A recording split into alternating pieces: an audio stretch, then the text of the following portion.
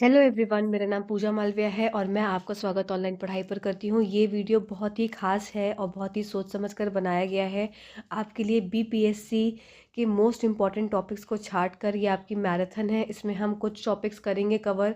इसी तरह से आपको अगर ये सेशन अच्छा लगेगा और आप चाहेंगे इस तरह के सेशंस को, तो मैं आपकी मैराथन को और भी थोड़ा लंबा करते हुए, साथ ही साथ और भी टॉपिक्स को इंक्लूड करते हुए आपके साथ सारे टॉपिक्स को लगभग डिस्कस करूँगी। तो इस सेशन को ज़रूर देखिएगा। कैसा लगा ये ज़रूर बताइएगा, जिसके हिसाब से मैं अगले सेशन को फ्रेम कर सकती हूँ कि इस पहली मैराथन में आपको बहुत सारे टॉपिक्स देखने को मिलेंगे जो कि इंपॉर्टेंट हैं। आप बहुत सारे एग्जाम्स में रिपीट होते हैं इन टॉपिक से क्वेश्चंस। तो चलिए ज़्यादा किसी का समय नहीं बर्बाद करते हुए सीधा वीडियो की तरफ चलते हैं। और साथ ही साथ अगर आपने इससे पहले के वीडियोस नहीं देखे हैं तो जाकर ज़रूर देख लीजिए। उसमें हमने बहुत सारी चीज़ें कवर करी हैं, बहुत सारे पीवाईक्यूज सॉल्व करे हैं प्रॉपर एक्सप्लेनेशन के साथ। तो आपके लिए कहीं ना कहीं वो हेल्पफुल रहेंगे। तो चलिए स्टार्ट कर देते हैं। सबसे पहली स्लाइड के हम पे ऊपर जाते हैं।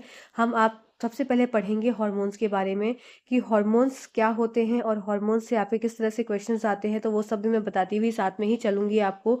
और कंटेंट आपका बायलिंगुअल है तो किसी बुक को भी कोई दिक्कत आने की मुझे नहीं लगता है कि कोई प्रॉब्लम होगी। ठीक है, चलिए सबसे पहली बात कर लेते हैं हार्मोन्स। तो हार्मोन्स होते क्या है? हार्मोन्स एक तरह के केमिकल सिग्नल्स होते हैं, केमिकल्स होते हैं जो कि आपकी बॉडी सिंथेसाइज करती है और एक स्पेसिफिक टारगेट ऑर्गन पर जाकर वो हिट करती है। ठीक है, तो ये क्या है? एक स्पेशल ग्लैंड्स के थ्रू आपके हार्मोन्स रिलीज आउट होते हैं। तो स्पेशल ग्लैंड्स वो क्या कौन सी हो जाती है? वो स्पेशल ग्लैंड्स होती है आपकी एंडोक्राइन ग्लैंड, अंतःस्रावी ग्रंथि। तो इन अंतःस्रावी ग्रंथि के द्वारा आपके हार्मोन्स रिलीज आउट होते हैं।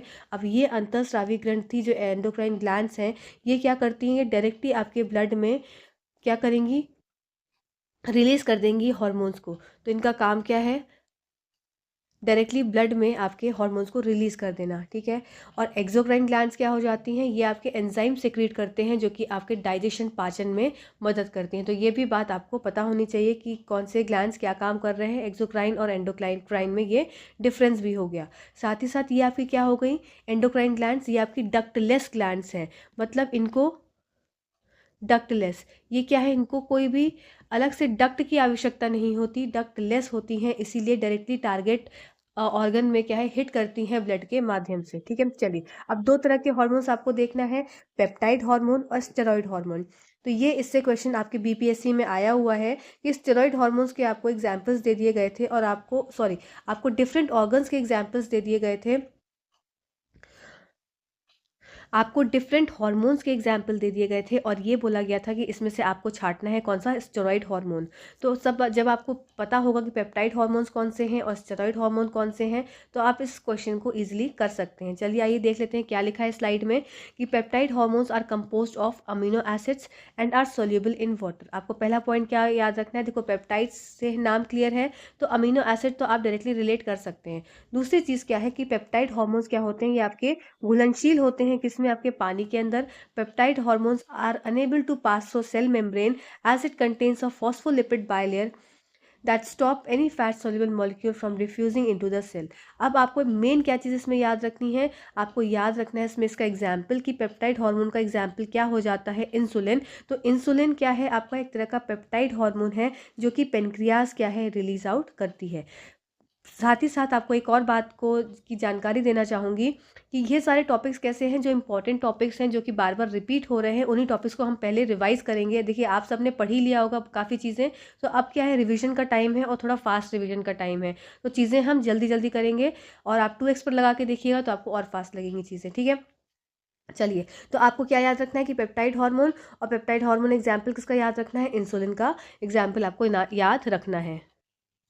और दूसरा आपको याद क्या रखना है? एक तो आपको एग्जाम्पल हो गया क्या? इंसुलिन का। दूसरा आपको याद रखना है प्रोलैक्टिन। और तीसरा आपको एग्जाम्पल याद रखना है नाम ग्रोथ हार्मोन।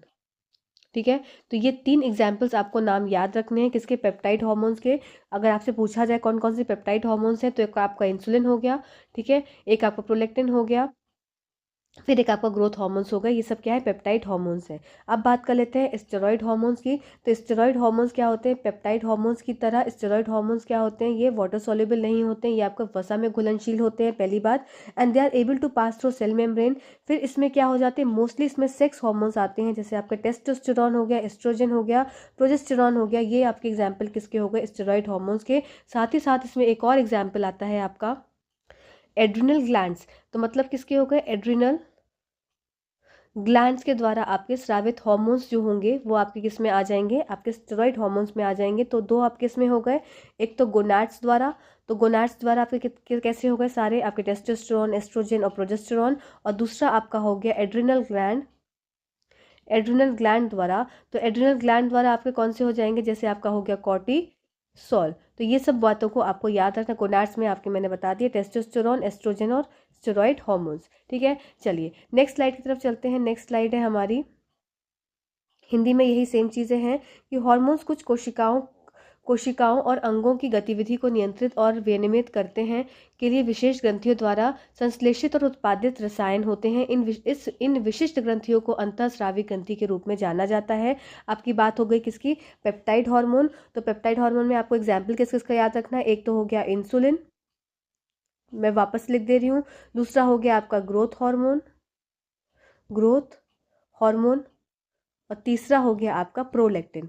तो ये तीन हार्मोन्स आपको याद रखने हैं, किसमें, आपके पेप्टाइड हार्मोन्स में होंगे। आपको क्या क्या याद रखना है, ये आपके पानी में घुलनशील होते हैं हार्मोन्स, ठीक है। और ये साथ ही साथ आपको एग्जाम्पल आपको इसमें याद रखना है, मेन बातें आपको ये याद रखनी है। नेक्स्ट बात कर लेती हूँ, आपका क्या हो गया, स्टेरॉइड हार्मोन। तो स्टेरॉइड हार्मोन्स इसके विपरीत होता है, ये वसा में घुलनशील होता है और ये कोशिका झिल्ली से गुजरने में सक्षम होता है। टेस्टोस्टेरोन, एस्ट्रोजन और प्रोजेस्टेरोन इसके एग्जाम्पल है।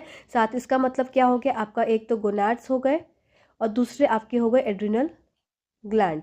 तो ये दो चीज़ क्या कर रही हैं, ये रिलीज करती हैं कौन से, आपके स्टेरॉइड हार्मोन्स। गोनाड्स में टेस्टोस्टेरोन, प्रोजेस्टेरोन और आपका एस्ट्रोजन, और एड्रिनल में आपका हो जाएगा कॉर्टिसोल, ठीक है। चलिए नेक्स्ट बात कर लेते हैं, नेक्स्ट स्लाइड की। अब आ जाते हैं हमारे मेन हार्मोन्स जो कि हमको पढ़ने हैं। जैसे कि सबसे पहला हार्मोन आपका क्या हो गया, हाइपोथैलेमस। तो हाइपोथैलेमस क्या होता है, देखो हार्मोन और उसके फंक्शंस। तो मेन हार्मोन और उसका क्या फंक्शन है, ये आपको यहाँ पर पढ़ना है। जैसे सबसे पहली बात आ जाती है हाइपोथैलेमस। तो हाइपोथैलेमस सबसे पहली बात आपसे मैं याद रखेंगे, ये आपका सुपर मास्टर है, सुपर मास्टर है। इसका मतलब ये मास्टर ऑफ मास्टर ग्लैंड है।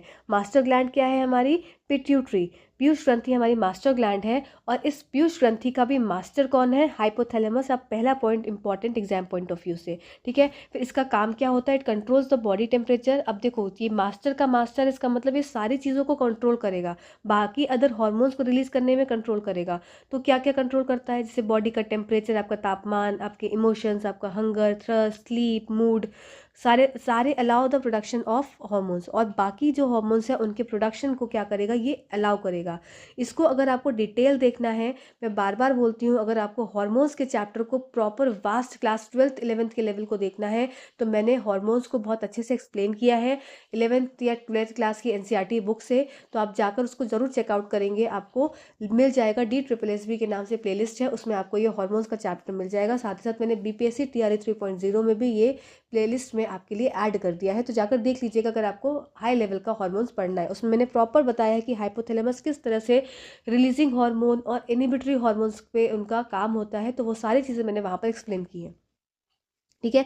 चलिए अब बात कर लेते हैं पीनियल ग्लैंड। तो पीनियल ग्लैंड को क्या होता है, is also known as thalamus, इसका दूसरा नाम है thalamus. And it produces serotonin derivatives of melatonin. मतलब एक तरह से मेलेटोनिन को रिलीज आउट करता है कौन सा, पीनियल ग्लैंड। और आपका ये कहाँ प्रेजेंट होता है, आपका वापस से हेड में ही प्रेजेंट होता है। तो ये कौन सा रिलीज कर रहा है हार्मोन, मेलेटोनिन रिलीज कर रहा है, और जो कि क्या करता है, स्लीप पैटर्न को रेगुलेट करता है। साथ ही साथ आप क्या यहाँ पे पॉइंट और याद रखेंगे, जितने भी आपकी साइकिल वाली बात है, जैसे कि आपका भूख का लगना, ठीक है, आपका सोना, आप एक सोते एक समय से हैं, जगते एक समय से हैं, भूख एक समय से लगती है, ठीक है। जो भी चीज़ एक साइकिल के फॉर्म में आ जाएगी, चाहे वो आपका रेगुलर की डेली साइकिल हो या आपकी मंथली साइकिल हो, तो ये सारी चीज़ें किस में आ जाएंगी, आपकी पीनियल ग्लैंड के अंतर्गत आ जाएंगी। ये सारी ग्लैंड्स आप ये पीनियल ग्लैंड आपके ये सारी चीज़ों को रेगुलेट करती है। तो मंथली में क्या हो जाएगा आपका, जैसे मेंस्ट्रुअल साइकिल आपकी किसकी, फीमेल्स की। तो ये सब चीज़ क्या है, कोई भी एक पैटर्न में कोई चीज़ क्या है बार बार हो रही है, तो इसको कौन कंट्रोल करता है, आपका पीनियल ग्लैंड। और रिलीज कौन सा करता है हार्मोन, मेलेटोनिन हार्मोन ये रिलीज आउट करती है। ठीक है, नेक्स्ट बात कर लेते हैं आपके पैराथायराइड की। तो पैराथायराइड का काम क्या है, this gland helps in controlling the amount of calcium present in the body. इसका मेन काम क्या होता है, कैल्शियम के लेवल को रेगुलेट करना। ठीक है, कैल्शियम का बढ़ाना या कैल्शियम को घटाना। अब ये बढ़ाएगा कैसे और घटाएगा कैसे, मैंने प्रॉपर एक्सप्लेन किया है मैकेनिज्म में। इन सिंपल शॉर्ट वे में अगर मैं आपको बताऊं, तो कैल्शियम का लेवल अगर बढ़ जाता है किसमें, आपके बॉडी में, तो ये क्या करता है, ये आपके कैल्शियम को हटा देता है शरीर से, और ये किस में स्टोर कर देगा, बोन्स में स्टोर कर देगा। ऐसे कैल्शियम का लेवल जब घट जाता है तो बोन से कैल्शियम क्या है बाहर आना स्टार्ट हो जाती है ब्लड में। तो ये क्या है, पूरा मैकेनिज्म मैंने वहाँ पर समझाया, आप देख सकते हैं। फिर बात कर लेते हैं थाइमस की। तो थाइमस का क्या काम होता है, थाइमस का काम होता है it helps in the production of T cells and functioning of adaptive immunity and maturity of thymus. Main काम क्या होता है थाइमस का, आपके क्या है, ढिशुम ढिशुम को कराना, मीन्स आपके बॉडी में इम्यून सिस्टम को मेंटेन करना। अब ये इम्यून सिस्टम कैसे मेंटेन होगा, ये आपके दो तरह के सेल्स बनाता है, टी सेल्स और आपके बी सेल्स। बी सेल्स क्या बनाते हैं, ये आपके एंटीबॉडीज का फॉर्मेशन करते हैं, और टी सेल्स क्या करते हैं, सेल मीडिएटेड ये करते हैं सेल मीडिएटेड इम्यून रिस्पॉन्स। ठीक है, सेल मीडिएटेड इम्यून रिस्पॉन्स, वापस से मैं लिख देती हूँ जिससे कि आपको कंफ्यूजन नहीं होगा। मैंने क्या बोला, दो तरह के सेल्स होते हैं, टी सेल्स और बी सेल्स। आपके टी सेल्स क्या करते हैं, ये सेल मीडिएटेड इम्यून रिस्पॉन्स करते हैं, और ये सब का काम क्या होता है, आपकी बॉडीज़ को क्या है, आपकी बॉडी में इम्यूनिटी को स्ट्रॉन्ग करना। ठीक है, नेक्स्ट बात कर लेते हैं, क्या आ गई आपकी, साथ साथ आपके बी सेल्स। तो बी सेल्स का काम रह गया, तो बी सेल्स का क्या काम होगा, बी सेल्स आपकी प्रोड्यूस करेंगी एंटीबॉडी। ठीक है, चलिए अब बात कर लेते हैं किसकी, थायराइड की। तो थायराइड का काम क्या हो जाएगा आपका, it produces hormone that affect the heart rate and how calories are burn. इसका मतलब इंटर्न आप ये बोल सकते हैं कि थायराइड का काम क्या होगा, ये आपका मेटाबॉलिज्म, बॉडी के मेटाबॉलिज्म को क्या करेगा, ये रेगुलेट करेगा। कौन सा आपका, थायराइड ग्लैंड। तो थायराइड ग्लैंड का काम हो गया बॉडी के मेटाबॉलिज्म को रेगुलेट करना, जैसे कि आपकी कैलोरीज को बर्न करना, आपके हार्ट रेट को इफेक्ट करता है। तो ये सारा काम किसका हो जाएगा, आपका थायराइड ग्रंथि का हो जाएगा। चलिए नेक्स्ट स्लाइड पर चलते हैं। नेक्स्ट है ये आपकी हिंदी में कि हाइपोथैलेमस ये शरीर के तापमान को नियंत्रित करता है, और भावनाओं, भूख, प्यास, नींद, मतलब सारा क्या, सबसे पहली बात आपको याद रखनी है कि ये आपका मास्टर ग्लैंड है। आपका मास्टर ग्लैंड क्या है, पिट्यूटरी, और पिट्यूटरी का मास्टर कौन हो गया, हाइपोथैलेमस। इसलिए ये सारी चीज़ों को कंट्रोल करता है। ये आपके हार्मोन के उत्पादन की को अनुमति देता है, मतलब कभी हार्मोन बनना है कि नहीं बनना है। ठीक है, हार्मोन रिलीज होना, रिलीजिंग हार्मोन होता है और इनिबिटरी हार्मोन होता है। जब रिलीजिंग हार्मोन होता है मतलब कोई चीज़ को कराना है तो कोई हार्मोन क्या है, वो रिलीज होगा। इनिबिटरी हार्मोन मतलब है कि आप कोई चीज़ का काम बंद कराना है, तो वो काम क्या हो जाएगा, इनिबिट करेगा हार्मोन को, तो इनिबिटरी हार्मोन हो जाएगा। तो इस तरीके से ये सारा काम कंट्रोल करता है। मीन्स क्या है, सब कुछ को कंट्रोल करने वाला कौन है, आपका हाइपोथैलेमस। नेक्स्ट बात आ जाती है पीनियल ग्लैंड। पीनियल ग्लैंड आपका मेलेटोनिन नामक हार्मोन को रिलीज आउट करता है, जो कि आपके पैटर्न को रेगुलेट करता है। ये नींद का पैटर्न भी हो सकता है, ये आपका क्या हो जाएगा, किसी भी तरह का साइकिल का पैटर्न हो सकता है। पैराथायराइड या ग्रंथि शरीर में मौजूद कैल्शियम की मात्रा को रेगुलेट करती है। थाइमस या टी कोशिकाओं के उत्पादन, अनुकूली प्रतिरक्षा प्रणाली के कामकाज और थाइमस की परिपक्वता में मदद करता है। नेक्स्ट बात कर लेते हैं थायराइड। यह हार्मोन पैदा करता है जो हृदय गति और कैलोरी बर्न करने, मीन्स आपका ये मेटाबॉलिज्म या मेटाबॉलिक रेट को रेगुलेट करता है। ठीक है, इतनी बात आपको समझ में आई होगी।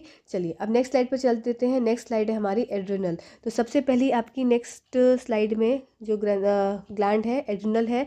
This gland produces the hormone that controls the sex drive, cortisol and stress hormones.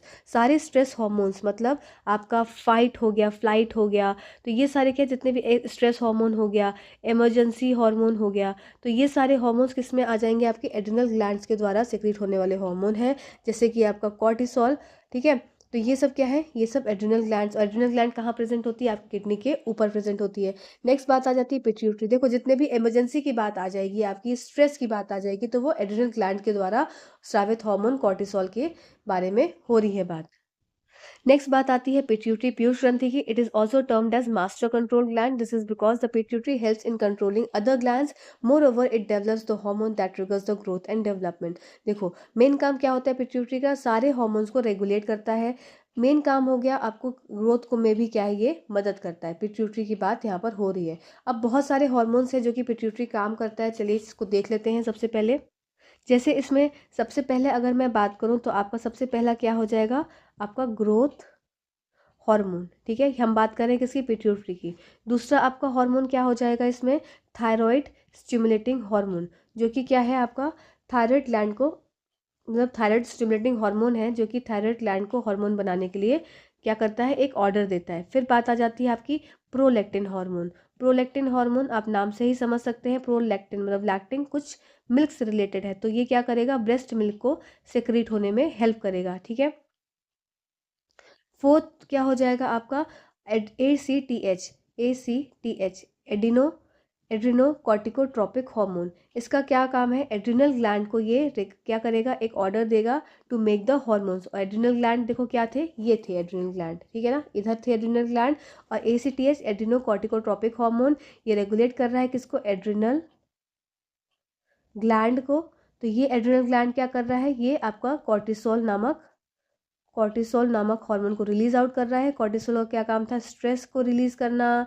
आपके इमरजेंसी हार्मोन्स हैं, तो ये सब क्या हो गए आपके स्ट्रेस वाले इमरजेंसी हार्मोन्स हो गए, ये सब आपके कॉर्टिसोल हार्मोन के अंदर आ गए। ठीक है, अब बात कर लेते हैं क्या, चौथा आपका काम हो जाता है इसका फॉलिकुलर स्टिमुलेटिंग हार्मोन, FSH। इसका क्या काम है, आपका रिप्रोडक्टिव रोल है इसका। फिर नेक्स्ट आपका फिफ्थ हार्मोन है इसमें ल्यूटिनाइजिंग हार्मोन। ये ल्यूटिनाइजिंग हार्मोन भी क्या है, आपका रिप्रोडक्शन में हेल्प करता है। तो ये सारे काम क्या है, पिट्यूटरी ग्लैंड के हो गए, मतलब बहुत सारे काम करता है पिट्यूटरी। और इस पिट्यूटरी का भी कौन मास्टर है, आपका हाइपोथैलेमस। नेक्स्ट बात आ जाती है पेनक्रियाज। तो पेनक्रियाज का क्या काम है, ये आपका क्रूशियल रोल प्ले करता है ब्लड की शुगर लेवल को मेंटेन करने में। नेक्स्ट बात आ जाती है आपकी टेस्टिस। तो टेस्टिस क्या है, आपकी मेल सेक्स ऑर्गन हार्मोन है, रिलीज आउट करता है, जैसे टेस्टोस्टेरोन जो कि स्पर्म प्रोड्यूस करेगा। प्लस आपके प्राइमरी, ये आपका क्या हो गया, प्राइमरी कैरेक्टर हो गया। सेकेंडरी कैरेक्टर में क्या हो जाएगा, आपके जितने भी मेल के जैसे आपके मुस्टैच हो गई, ब्रॉड शोल्डर हो गया, तो ये सब क्या होगा, सेकेंडरी सेक्सुअल कैरेक्टरिस्टिक्स हो गई। तो मैंने क्या बताया आपको कि स्पर्म सेक्रीट, ये आपका हार्मोन जो है टेस्टिस, ये सेक्रेट कर रहा है मेल सेक्स हार्मोन्स जिसको टेस्टोस्टेरोन बोलते हैं, और ये प्रोड्यूस करता है स्पर्म्स। ये स्पर्म क्या हो गए, प्राइमरी सेक्सुअल कैरेक्टरिस्टिक्स हो गए। ठीक है, और फिर सेकेंडरी सेक्सुअल कैरेक्टरिस्टिक्स में आपके ब्रॉड शोल्डर्स वगैरह, मतलब जितनी भी चीज़ आप एक मेल में और फीमेल में डिफरेंस आउट कर सकते हैं, वो सारी चीज़ें सेकेंडरी सेक्सुअल कैरेक्टरिस्टिक्स में आ जाएंगी। ओवरीज क्या साबित करती हैं, ओवरीज आपके रिप्रोडक्टिव सिस्टम में हेल्प करती हैं। और ओवरीज आपका एस्ट्रोजन प्रोजेस्ट्रॉन ये दो हार्मोन्स में रिलीज करती हैं। टेस्टोस्टेरोन बहुत ही कम मात्रा में रिलीज आउट होता है। ठीक है, तो एस्ट्रोजन और प्रोजेस्ट्रॉन, प्रोजेस्ट्रॉन आपका पी से है, तो पी से ये आपका कौन सा हो गया, प्रेगनेंसी हार्मोन। ठीक है, प्रोजेस्ट्रॉन आपको क्या हो गया, प्रेगनेंसी हार्मोन। और एस्ट्रोजन हो गया, ये भी आपका ओवरीज द्वारा सिक्रेट आउट होता है। ओवरीज का काम क्या हो जाएगा, एस्ट्रोजन का आपका काम हो जाएगा, देखो एस्ट्रोजन क्या हो गया, ये भी आपका क्या करेगा, सेकेंडरी सेक्सुअल कैरेक्टरिस्टिक्स को फॉर्म करेगा। ये एस्ट्रोजन सेकेंडरी सेक्सुअल कैरेक्टरिस्टिक्स को कैसे फॉर्म कर सकता है, जैसे कि क्या हो गया आपका मेंस्ट्रुअल साइकिल। ठीक है, इसमें क्या हो गया, ब्रेस्ट का डेवलपमेंट। ठीक, फिर क्या हो जाएगा आपका low pitch sound, low pitch sound, ये सब क्या हो गया आपका, सॉरी ये आपका हाई पिच साउंड हो गया। तीखी आवाज़ होती है ना लड़कियों की, भारी आवाज़ नहीं होती। तो ये सारी चीज़ें क्या हो गई, सेकेंडरी सेक्सुअल कैरेक्टरिस्टिक जो कि एस्ट्रोजन द्वारा रेगुलेट आउट होता है। ठीक है, चलिए नेक्स्ट बात कर लेते हैं, हमारी हिंदी में ये सब चीज़ें हैं। अधिवृक्क यह ग्रंथि सेक्स ड्राइव, कॉर्टिसोल और तनाव हार्मोन को नियंत्रित करने वाले हार्मोन का उत्पादन करती है। फिर पिट्यूटरी क्या हो जाएगा, इसे मास्टर कंट्रोल ग्रंथि भी कहा जाता है। ऐसा इसलिए क्योंकि पिट्यूटरी ग्रंथि अन्य ग्रंथियों को नियंत्रित करने में मदद करती है। ठीक है, तो मेन काम हो गए आपके सारे जो मैंने अभी आपको बताए। फिर अब अग्नाशय क्या हो जाएगा, पेनक्रियास यह ग्रंथि इंसुलिन हार्मोन का उत्पादन करती है जो रक्त में शर्करा के स्तर को बनाए रखने में महत्वपूर्ण भूमिका निभाता है।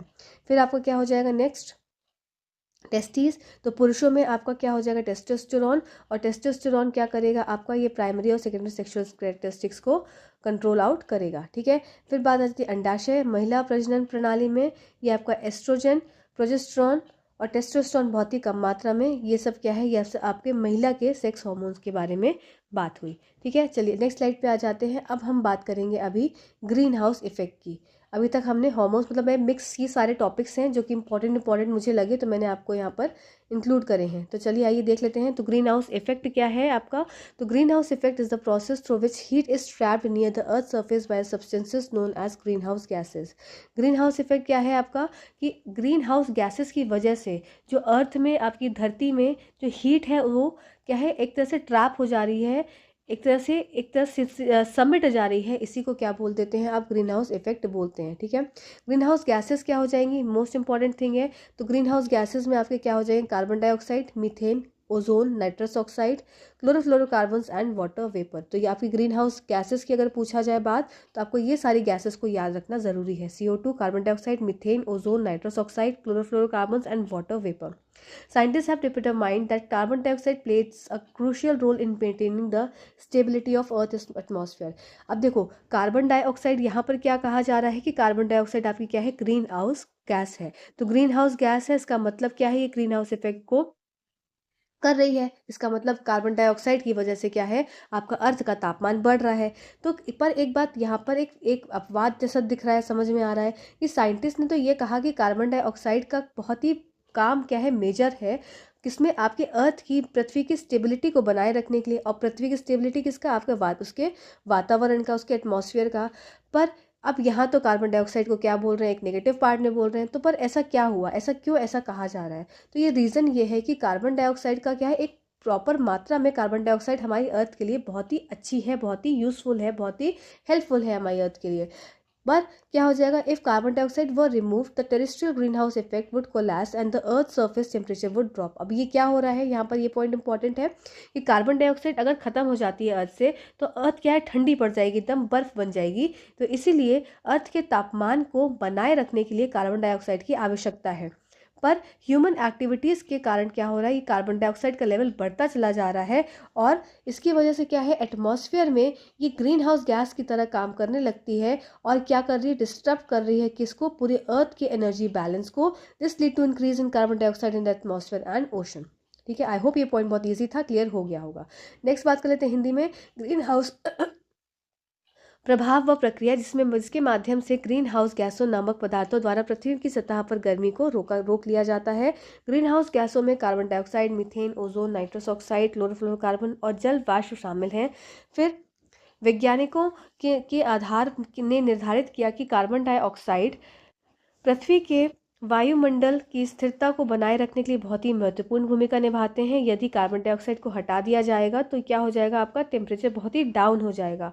तो इसी कारण से क्या हो गया, ये हमारे लिए कार्बन डाइऑक्साइड बहुत ही अच्छी मानी गई। पर कुछ मानवीय गतिविधि है जिनके कारण क्या है, ये ईंधन आपका जो कार्बन डाइऑक्साइड है, तो जो ज्वलनशील आपके ईंधन है, इसको जलाने से वायुमंडल में कार्बन डाइऑक्साइड की मात्रा अधिक बढ़ जाती है, जो कि ऊर्जा संतुलन को बाधित कर देती है। इससे वायुमंडल और महासागर में कार्बन डाइऑक्साइड में वृद्धि हो जाती है। तो आपको अब समझ में आ गया होगा। चलिए, ये आपके यहाँ पर देख सकते हैं ग्रीन हाउस गैसेज हैं, जिससे आपको carbon dioxide, methane, CFC, ozone, nitrous oxide और साथ ही साथ आपका जल वाष्प, जिसको आप बोल देते हैं वाटर वेपर। अब आपसे क्वेश्चन एग्जाम में पूछा गया है, आपके BPSC का ही क्वेश्चन है कि कौन सा आपका मेजर ग्रीन हाउस गैस है। तो यहाँ पर आपका आंसर हो जाएगा कि मेजर ग्रीन हाउस गैस आपका कार्बन डाइऑक्साइड ही है। ठीक है, बाकी किसी पे आप टिक आउट नहीं करेंगे, मेजर ग्रीन हाउस गैस आपका कार्बन डाइऑक्साइड ही है।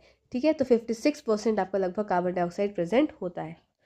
चलिए नेक्स्ट स्लाइड पे चलते हैं। नेक्स्ट है आपकी बोन आइंस्टाइन कंडेंसेट। देखो, आपको ने क्या पढ़ा होगा, सॉलिड, लिक्विड और गैस, स्टेट्स ऑफ मैटर सबने पढ़े हैं। क्या सॉलिड होता है, लिक्विड होता है और आपका गैस होता है, ये सबने पढ़े होंगे। सॉलिड क्या है, जिसमें पार्टिकल्स एकदम पास पास प्रेजेंट है, टाइटली पैक्ड है। ठीक है, इनकी शेप नहीं बदली जा सकती। लिक्विड क्या है, जिसमें पार्टिकल्स आपके क्या हो जाएंगे, थोड़े दूर दूर होंगे। गैसेस क्या है, पार्टिकल्स काफ़ी दूर दूर होंगे। तो ये आपके 3 स्टेट्स ऑफ मैटर सबको पता है, सॉलिड, लिक्विड और गैस। सॉलिड से लिक्विड में कैसे बदलता है, लिक्विड से सॉलिड में कैसे बदलता है, ये सब बहुत ईजी बात है। हमें क्या पढ़ना है, मेन बोस आइंस्टाइन। इसका मतलब अब हम बात कर रहे हैं 5 स्टेट्स ऑफ मैटर की। अभी तक हमने क्या बात करी, 3 स्टेट्स ऑफ मैटर। तो अब हम क्या बात कर रहे हैं, 5 स्टेट्स ऑफ मैटर। इसमें आपका 3 स्टेट तो क्या हो गया, एक तो सॉलिड हो गया, एक लिक्विड हो गया और एक गैस हो गया। मतलब एक आपका ठोस हो गया, एक आपका तरल हो गया और एक आपका क्या हो गया, गैस। ठीक है, गैस हो गया। ठीक, चलिए अब चौथा आपका क्या हो जाएगा, state of matter boast Bose Einstein condensate, और तीसरा हो जाएगा आपका प्लाज्मा। तो ये इंपॉर्टेंट एनसीईआरटी का है, तो मैंने इसलिए यहाँ पर इंक्लूड कर दिया। क्लास 9 एनसीईआरटी का है तो मुझे लगा इंपॉर्टेंट है आपको जानने के लिए, अलग सा है तो आपके लिए इंपॉर्टेंट हो जाता है। चलिए, एल्बर्ट आइंस्टाइन प्रिडिक्टेड, इन्होंने प्रिडिक्ट किया था बीईसी बोस आइंस्टाइन कंडेंसेट को, जब आपने नॉर्मल एयर को, जो नॉर्मल हवा है, इसको लो डेंसिटी पे क्या कर दिया, सुपर कूल कर दिया, तो क्या बन जाएगा आपका बीईसी बन जाएगा। सिर्फ क्या करना है, नॉर्मल एयर को, normal air of low density, जो कि नॉर्मल एयर है जिसकी लो डेंसिटी है, इसको सुपर कूल कर दिया, बहुत ज़्यादा कूल कर दिया, तो ये बोस आइंस्टाइन कंडेंसेट में कन्वर्ट हो जाएगा। आपको बस इतना पता होना चाहिए, आपको इसकी कंडीशन क्या लगी कि normal air of low density को सुपर कूल किया गया है। ठीक है, नेक्स्ट बात कर लेते हैं प्लाज्मा।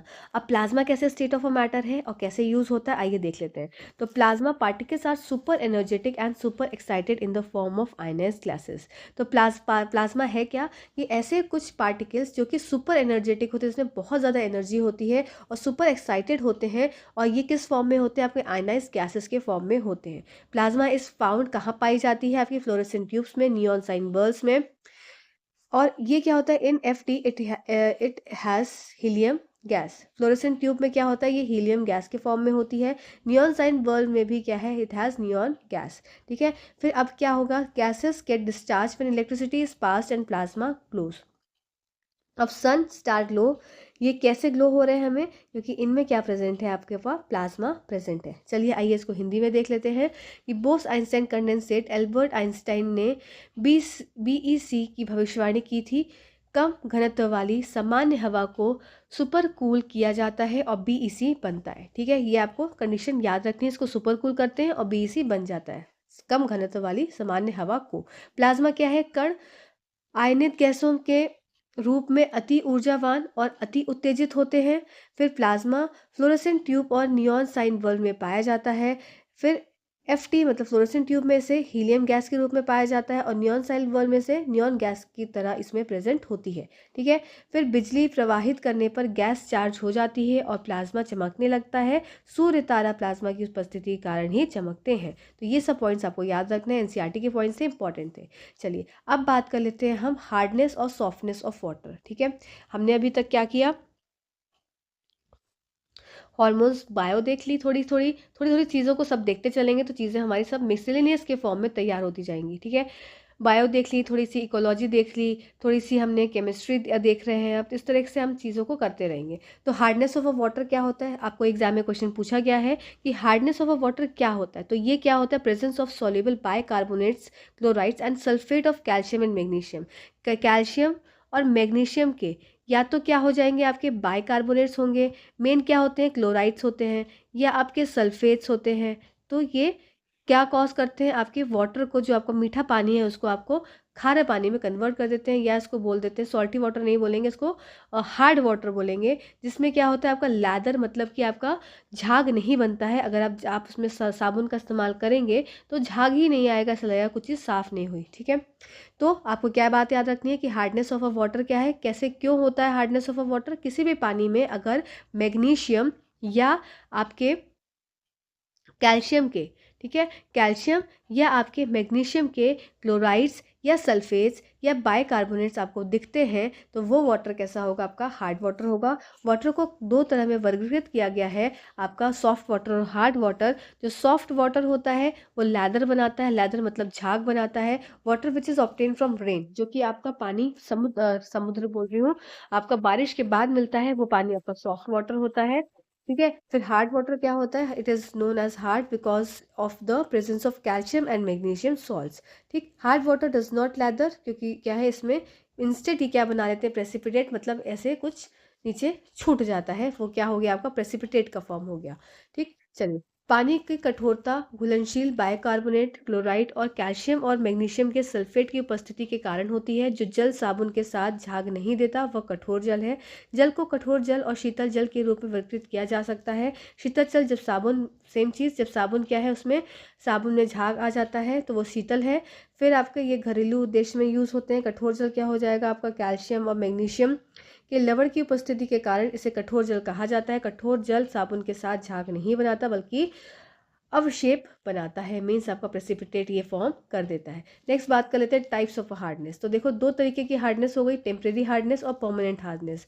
अब आपको इसमें क्या क्या चीज़ें याद रखनी है वो आपको मैं यहाँ बताने जा रही हूँ। टेम्परेरी हार्डनेस है, इसका मतलब हम इसके हार्डनेस को हटा सकते हैं। और कैसे हटा सकते हैं, सिंपल आप बॉइलिंग से भी इस मेथड से आप इसकी हार्डनेस को ख़त्म कर सकते हैं। किसकी, आपकी टेम्परेरी हार्डनेस की। और दूसरा मेथड क्या है, आपसे मेथड ही पूछते हैं। दूसरा है आपका क्लार्क्स मेथड। तो क्लार्क्स मेथड और बॉइलिंग की प्रक्रिया से आप किसी भी पानी के हार्डनेस को, अगर वो टेम्परेरी है तो उसको हटा सकते हैं। ठीक है, इसमें क्या हो जाएगा, calcium hydroxide. Calcium hydroxide is a Clarks reagent. अब वेरी इंपॉर्टेंट है, इस पॉइंट को याद रखेंगे कि कैल्शियम हाइड्रोक्साइड ही क्या है, आपका क्लार्क्स रिएजेंट है। It removes the hardness of water by converting bicarbonates into carbonates. ठीक है, तो आपको मेन क्या चीज़ याद रखनी है कि कैल्शियम हाइड्रोक्साइड क्या है, आपका क्लार्क्स रिएजेंट है।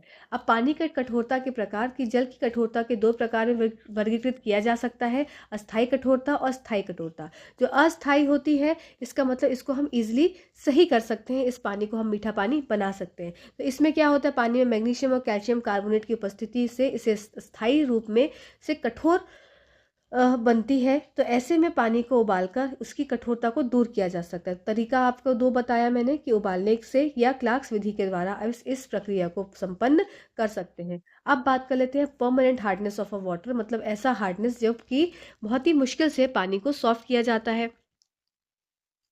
तो इसमें क्या हो जाएगा, when soluble salt of magnesium and calcium are present in the form of chlorides and sulfides in water, we call it a permanent hardness। ठीक है, this hardness cannot be removed by boiling। इस hardness को सिर्फ आप पानी के उबाले से नहीं खत्म कर सकते, इसीलिए इसको परमानेंट हार्डनेस बोला जाता है। और ये क्यों होता है, क्योंकि इसमें soluble salt होते हैं किसके, मैग्नीशियम और कैल्शियम के, प्रेजेंट होते हैं इन the form of chlorides and sulphide in water. ठीक है, अब किस तरीके से इसको आप हटा सकते हैं, तो removing permanent hardness of a water में आप क्या करेंगे, just a second, just a second. हाँ, रिमूविंग परमानेंट हार्डनेस में आप क्या कर सकते हैं, तो सबसे पहली विधि क्या हो जाएगी आपकी, गैन परमिटेड मेथड। आपको इसमें क्या याद रखना है, आपके मेथड्स के नाम याद रखने हैं। आपके एग्जाम में आपको पूछा जा सकता है कि कौन सा परमानेंट हार्डनेस का तरीका है, कौन सा आपका टेम्परेरी हार्डनेस ऑफ वाटर को रिमूव करने का तरीका है। तो जब आपको पता होंगे तरीके के नाम तो आप इस क्वेश्चन को इजीली सॉल्व कर पाएंगे। जैसे Gan permutit method, Calgon's process, ion exchange resin method, तो ये सब आपके क्या हो जाए, आपके परमानेंट हार्डनेस को रिमूव करने के मेथड हो गए। ठीक है, we can remove this hardness by treating the water with washing to soda. Simple आप पानी धोना सोडा जो होता है आपका, उससे आप ट्रीट कर सकते हैं। Insoluble carbonates are formed when washing soda reacts with sulphide and chlorides of magnesium and calcium and thus hard water is converted to soft water. क्या किया आपने, कुछ नहीं किया। आपने क्या किया, जो हार्ड वाटर था उसमें आपने क्या किया, वॉशिंग सोडा ऐड कर दिया। ठीक है, फिर इनसॉल्युबल कार्बोनेट जो बना, जो फॉर्म हुआ, when washing soda reacts with sulfide and chloride salts of magnesium and calcium, thus hard water is converted to soft water। ठीक है, बहुत आसान सी प्रक्रिया थी। चलिए, पानी का स्थायी कठोरता, जब पानी में मैग्नीशियम और कैल्शियम में घुलनशील लवण क्लोराइड और सल्फाइड के रूप में मौजूद होते हैं तो हम इसे स्थायी कठोरता कहते हैं, क्योंकि यह कठोरता को उबालने से दूर नहीं किया जा सकता है। ठीक है, पानी की स्थायी कठोरता को कैसे दूर करेंगे, आपका जो तरीका है कौन सा आपका, तो दो मेथड बताया, गढ़ की परमिटेड विधि या कैलगन की प्रक्रिया या आयन विनिमय रॉल विधि, विनिमय। ठीक, चलिए नेक्स्ट स्लाइड पे चलते हैं। अब हमारे आ गए कुछ स्फेयर्स, और ये आपका क्या हो गया, एटमॉस्फेयर की कुछ लेयर्स हो गई। तो ये एटमॉस्फेयर की लेयर से क्वेश्चंस पूछे जाते हैं, कई बार पूछे जाते हैं। तो आइए इन लेयर्स को समझ लेते हैं। तो सबसे पहले आपका हो जाएगा ट्रोपोस्फेयर, फिर स्ट्रेटोस्फेयर, फिर मिजोस्फेयर, फिर आपका एग्जॉस्फेयर। तो इस तरह से आपका क्या हो जाता है, कुछ लेयर्स हैं जो कि एटमॉस्फेयर की आपको जाननी ज़रूरी है। जैसे फर्स्ट लेयर हो जाएगी आपकी, ये हमारी पृथ्वी है। पृथ्वी से सबसे ऊपर वाली सतह क्या हो गई, सबसे पहली सतह क्या हो गई, ट्रोपोस्फेयर, फिर आपकी स्ट्रेटोस्फेयर, फिर आपकी मिजोस्फेयर। इस तरह से आपकी पृथ्वी की लेयर्स पृथ्वी के ऊपर की क्या है, एटमॉस्फेयर की लेयर्स है। जैसे ट्रोपोस्फेयर की अगर मैं बात करूँ, तो ट्रोपोस्फेयर में क्या हो जाएगा, it extends from earth surface to average of 12 kilometre in height. मतलब अर्थ से क्या है 12 किलोमीटर की दूरी पे आपको ट्रोपोस्फेयर देखने को मिलेगा। Troposphere is the lowest layer of earth atmosphere and is also where nearly all weather conditions takes place. ठीक है, यहाँ पे सारी वेदर कंडीशन की होती है। टेम्परेचर जैसे है, जैसे आप ऊपर जाएंगे कम होता जाएगा। फिर और जितने भी वाटर वेपर है, मॉइस्चर है, ये सब आपको ट्रोपोस्फेयर में देखने को मिलते हैं। अब बात कर लेते हैं स्ट्रेटोस्फेयर की। तो स्ट्रेटोस्फेयर क्या है, ये आपकी अप्रॉक्सीमेटली 12 से 50 किलोमीटर की दूरी पे होती है। ठीक है, 0 से 12 आपका ट्रोपोस्फियर हो गया, फिर 12 से 50 आपका स्ट्रेटोस्फियर हो गया। स्ट्रेटोस्फियर वो सी जगह है जहाँ पर आपका ओजोन लेयर जो है पाई जाती है। साथ ही साथ जेट प्लेन्स भी आपको ट्रोपोस्फियर सॉरी स्ट्रेटोस्फियर में देखने को मिलते हैं। ठीक है, ये इंपॉर्टेंट पॉइंट था। फिर बात करते हैं मिजोस्फियर की। तो मिजोस्फियर आपकी located between about 50 to 80 kilometres आपकी होती है, जहाँ पर आपको मिटियोर्स देखने को मिलते हैं। मिटियोर्स आकर क्या है, फ्यूज आउट हो जाते हैं। Most Meteor burn up in this atmospheric layer. ठीक है, तो ये क्या हो जाएगा आपका, ये आपका मिटियोर्स वाली मिजोस्फियर में होगी। चलिए, अब हम चलते हैं नेक्स्ट स्लाइड के ऊपर। तो सबसे पहली लेयर कौन सी है, शोभ मंडल। इसमें क्या होता है, पृथ्वी की सतह से ये औसतम आपका लगभग 12 किलोमीटर की ऊंचाई पर तक ये फैली हुई है। ठीक है, शोभ मंडल पृथ्वी के वायुमंडल की सबसे निचली परत होती है और ये लगभग सभी मौसम की स्थितियों को इसमें मतलब प्रेजेंट प्रेजेंट रहती हैं। फिर ऊंचाई बढ़ने के साथ साथ तापमान क्या होता है, इसका घटता चला जाता है। समस्त वायुमंडलीय जलवाष्प या नमी शोभ मंडल में पाई जाती है। ठीक है, जितनी भी वेदर कंडीशंस हैं ये आपकी शोभ मंडल में पाई जाएंगी। नेक्स्ट बात कर लेते हैं संताप मंडल। तो संताप मंडल की आपकी अगर रेंज पूछी जाए तो ये होगी 12 किलोमीटर से 50 किलोमीटर के ऊपर स्थित है। संताप मंडल में संभवतः पृथ्वी की ओजोन परत और साथ साथ आपके जेट प्लेन्स भी यहाँ पर देखने को मिलते हैं। कहाँ पर आपका संताप मंडल में। नेक्स्ट बात कर लेते हैं मीजोस्फीयर। पृथ्वी की सतह से लगभग 50 से 80 किलोमीटर ऊपर स्थित मध्य मंडल ऊंचाई के साथ उत्तरोत्तर ठंडा होता जाता है। वास्तव में इस परत का शीर्ष पृथ्वी प्रणाली के भीतर पाया जाने वाला सबसे ठंडा स्थान है। ठीक है, चलिए नेक्स्ट बात कर लेते हैं, नेक्स्ट स्लाइड पे चलते हैं। नेक्स्ट स्लाइड आपकी है, इसमें आपको लेयर्स देखने को मिल रही हैं। जैसे कि आपकी सबसे पहली लेयर हो गई, जस्ट अ सेकेंड।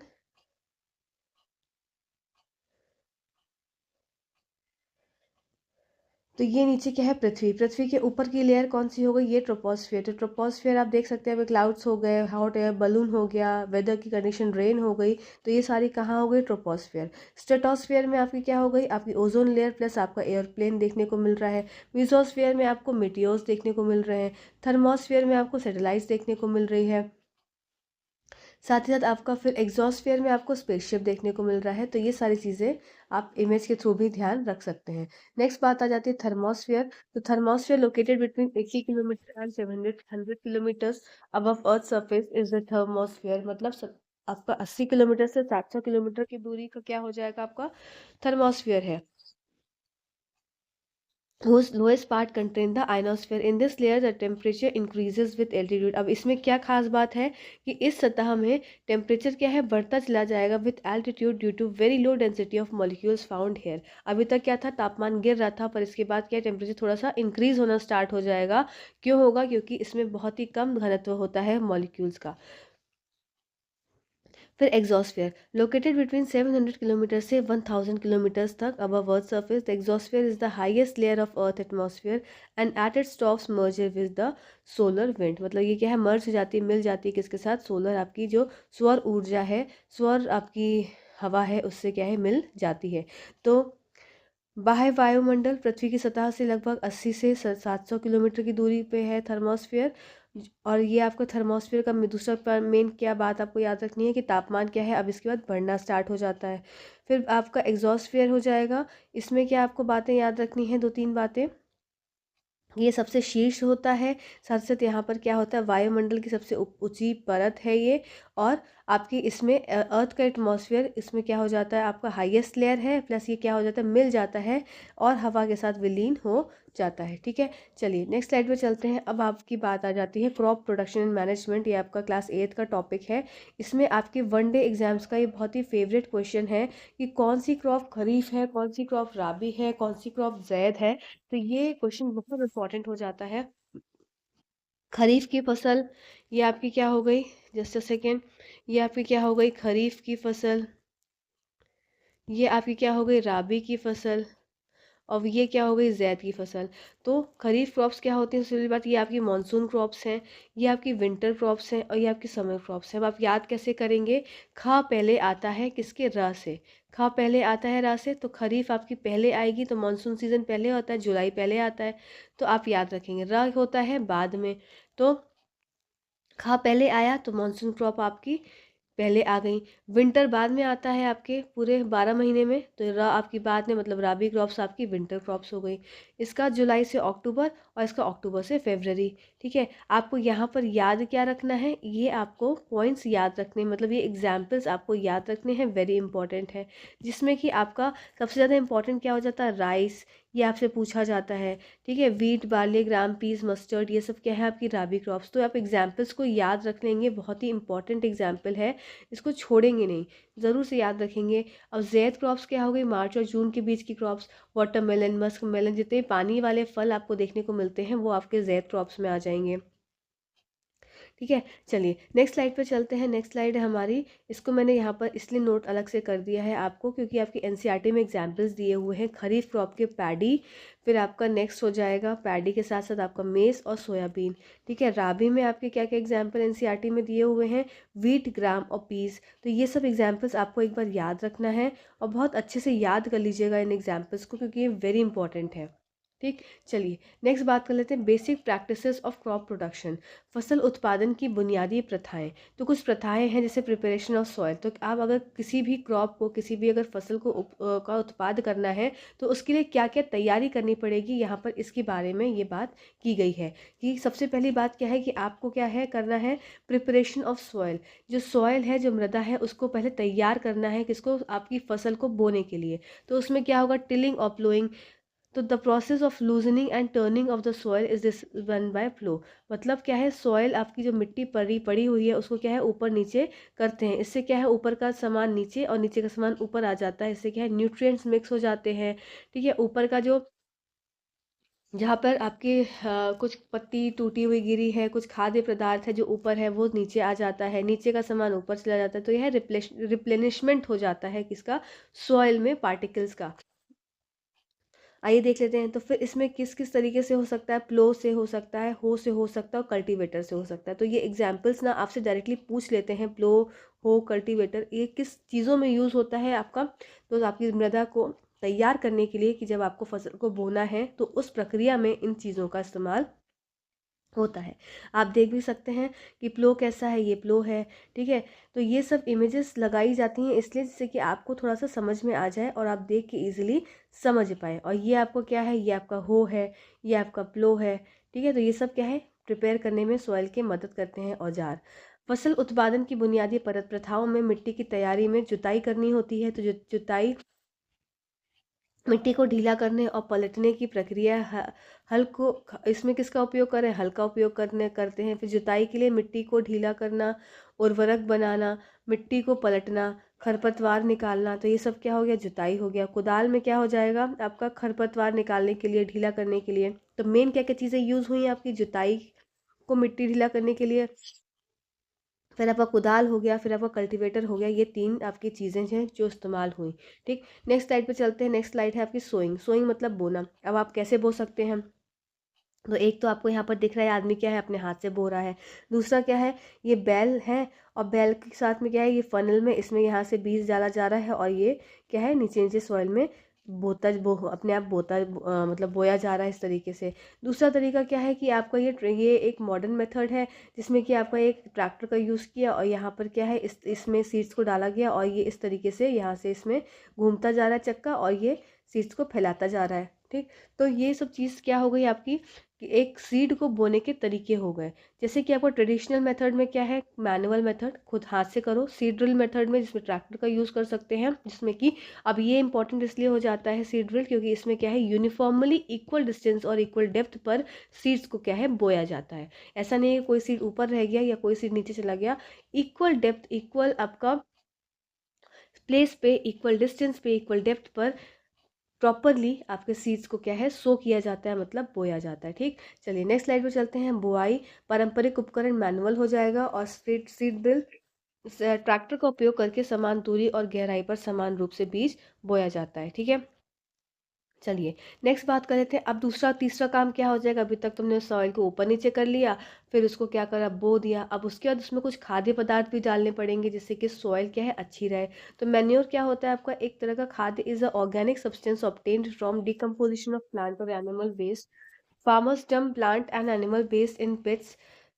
सिंपल क्या चीज़ है कि जो भी खाद्य है उसको आपको सॉइल के अंदर डालना है, और ये आपका खाद्य जो मैन्योर है ये ऑर्गेनिक होता है। फर्टिलाइजर्स क्या होते हैं, फर्टिलाइजर्स ऐसे केमिकल्स होते हैं जो कि एक पर्टिकुलर न्यूट्रिएंट्स में क्या है, ये पर्टिकुलर आपके पोषक तत्वों में क्या है बहुत ही अच्छे वो माने जाते हैं। जैसे कि आपका यूरिया हो गया फर्टिलाइजर का एग्जाम्पल, अमोनियम सल्फेट हो गया, सुपर फॉस्फेट हो गया, पोटैश हो गया, एनपीके हो गया। ये आपको एग्जाम्पल्स याद रखने हैं, वेरी इंपॉर्टेंट है, एग्जाम्पल्स आपसे पूछते हैं डायरेक्टली। ठीक है, ये आप साजन excess fertilizers make soil less fertile, मतलब एसेस नहीं, ये होगा एक्सेस। तो मतलब एक्सेस फॉर ज़्यादा फर्टिलाइजर अगर आप डालेंगे किसी भी सॉइल में, मृदा में, तो वो उसको कम उपजाऊ बना देगी। और अनदर मेथड क्या है आपका सॉइल को अच्छा बनाने के लिए, रिप्लेनिश करने के लिए, वापस से उसके न्यूट्रिएंट्स को रीगेन करने के लिए, कि क्रॉप रोटेशन करें। तो क्रॉप रोटेशन का मतलब क्या है कि मान लीजिए एक बार एक सॉइल पे वीट की क्रॉप ग्रो करी, तो अगली बार उसी सॉइल पे आप क्या करेंगे, राइस की क्रॉप को ग्रो करेंगे। तो इससे क्या हो गया कि मान लो अगर कोई न्यूट्रिएंट वीट को ज़्यादा आवश्यक है और राइस को कम है, तो वो क्या है बैलेंस हो जाता है, और इससे क्या है सॉइल का रिप्लेनिशमेंट भी होता है। ठीक, चलिए नेक्स्ट स्लाइड पे चलते हैं। खाद और उर्वरक डालना मिट्टी को फिर से भरने के लिए। ठीक है, खाद का कार्बनिक पदार्थ है जो पौधों और पशु अपशिष्ट के अपघटन से प्राप्त होता है। किसान अ, पौधों और पशुओं को खुले स्थानों पर गड्ढे में रखते हैं, और इसे मेन क्या है खाद्य बनाने का तरीका। और इन खाद्य को क्या है, इसमें सूक्ष्म जीवों के कारण क्या है खाद्य बनती है, और ये खाद्य आपके सॉइल को, मृदा को अच्छा बनाने में इस्तेमाल की जाती है। ठीक है, नेक्स्ट बात है उर्वरक। उर्वरक ऐसे रसायन है, उर्वरक आपका फर्टिलाइजर्स ऐसे रसायन है जो विशेष पोषक तत्वों में भरपूर होते हैं। Urea, ammonia sulphate, super phosphate, potash, NPK और कुछ उर्वरक के एग्जाम्पल्स है। उर्वरकों का उपयोग मिट्टी को कम उपजाऊ, मतलब आप जब अधिक उर्वरक का उपयोग करेंगे, यहाँ पर क्या होगी बात, अधिक की। तो अधिक उर्वरक का आप इस्तेमाल करेंगे तो ये कम उपजाऊ बना लेगी, और मिट्टी के पोषक तत्वों की पूर्ति करने के लिए एक अन्य तरीका भी फसल चक्र जिसे माना जाता है। अच्छा, ठीक है, अब बात कर लेते हैं एडवांटेजेस ऑफ मैन्योर। आप खाद डालते हैं उसके क्या क्या एडवांटेज हैं। तो सबसे पहली बात क्या है, मिट्टी को का जल धारण क्षमता को बढ़ाता है, इंपॉर्टेंट है, पूछा गया एग्जाम्स में कि ये मिट्टी की जल धारण क्षमता को बढ़ाता है। मिट्टी को छिद्रयुक्त बनाता है, जैसे गैसों का आदान प्रदान आसानी से हो जाए। रोगाणुओं की संख्या बढ़ाता है, मतलब increases the number of friendly microbes, और इन मिट्टी की बनावट में सुधार करता है। चलिए नेक्स्ट स्लाइड पर चलते हैं। अब कुछ मेथड हैं ट्रेडिशनल इरिगेशन के, इससे इस बार आपका क्वेश्चन आया था इस बार बीपीएससी के एग्जाम में, तो इसको समझेंगे। तो इरिगेशन का मेथड ट्रेडिशनल है, मतलब पारंपरिक मेथड है, और मॉडर्न मतलब कि आपका नवाचार वाला मेथड है। तो इसमें आपको एग्जाम्पल सिर्फ याद क्या रखने हैं, ट्रेडिशनल मेथड के एग्जाम्पल और मॉडर्न मेथड के एग्जाम्पल, कि कौन सा मेथड के अंदर आता है। आपको सिर्फ इतना देखना है, डेफिनेशन नहीं देखनी है। तो जो चीज़ हमें देखनी है हम वही देखेंगे। ट्रेडिशनल मेथड में मोट, चेन पंप, ढेकली और राहत, ये आपके एग्जाम्पल होगा ट्रेडिशनल के, पारंपरिक विधि के।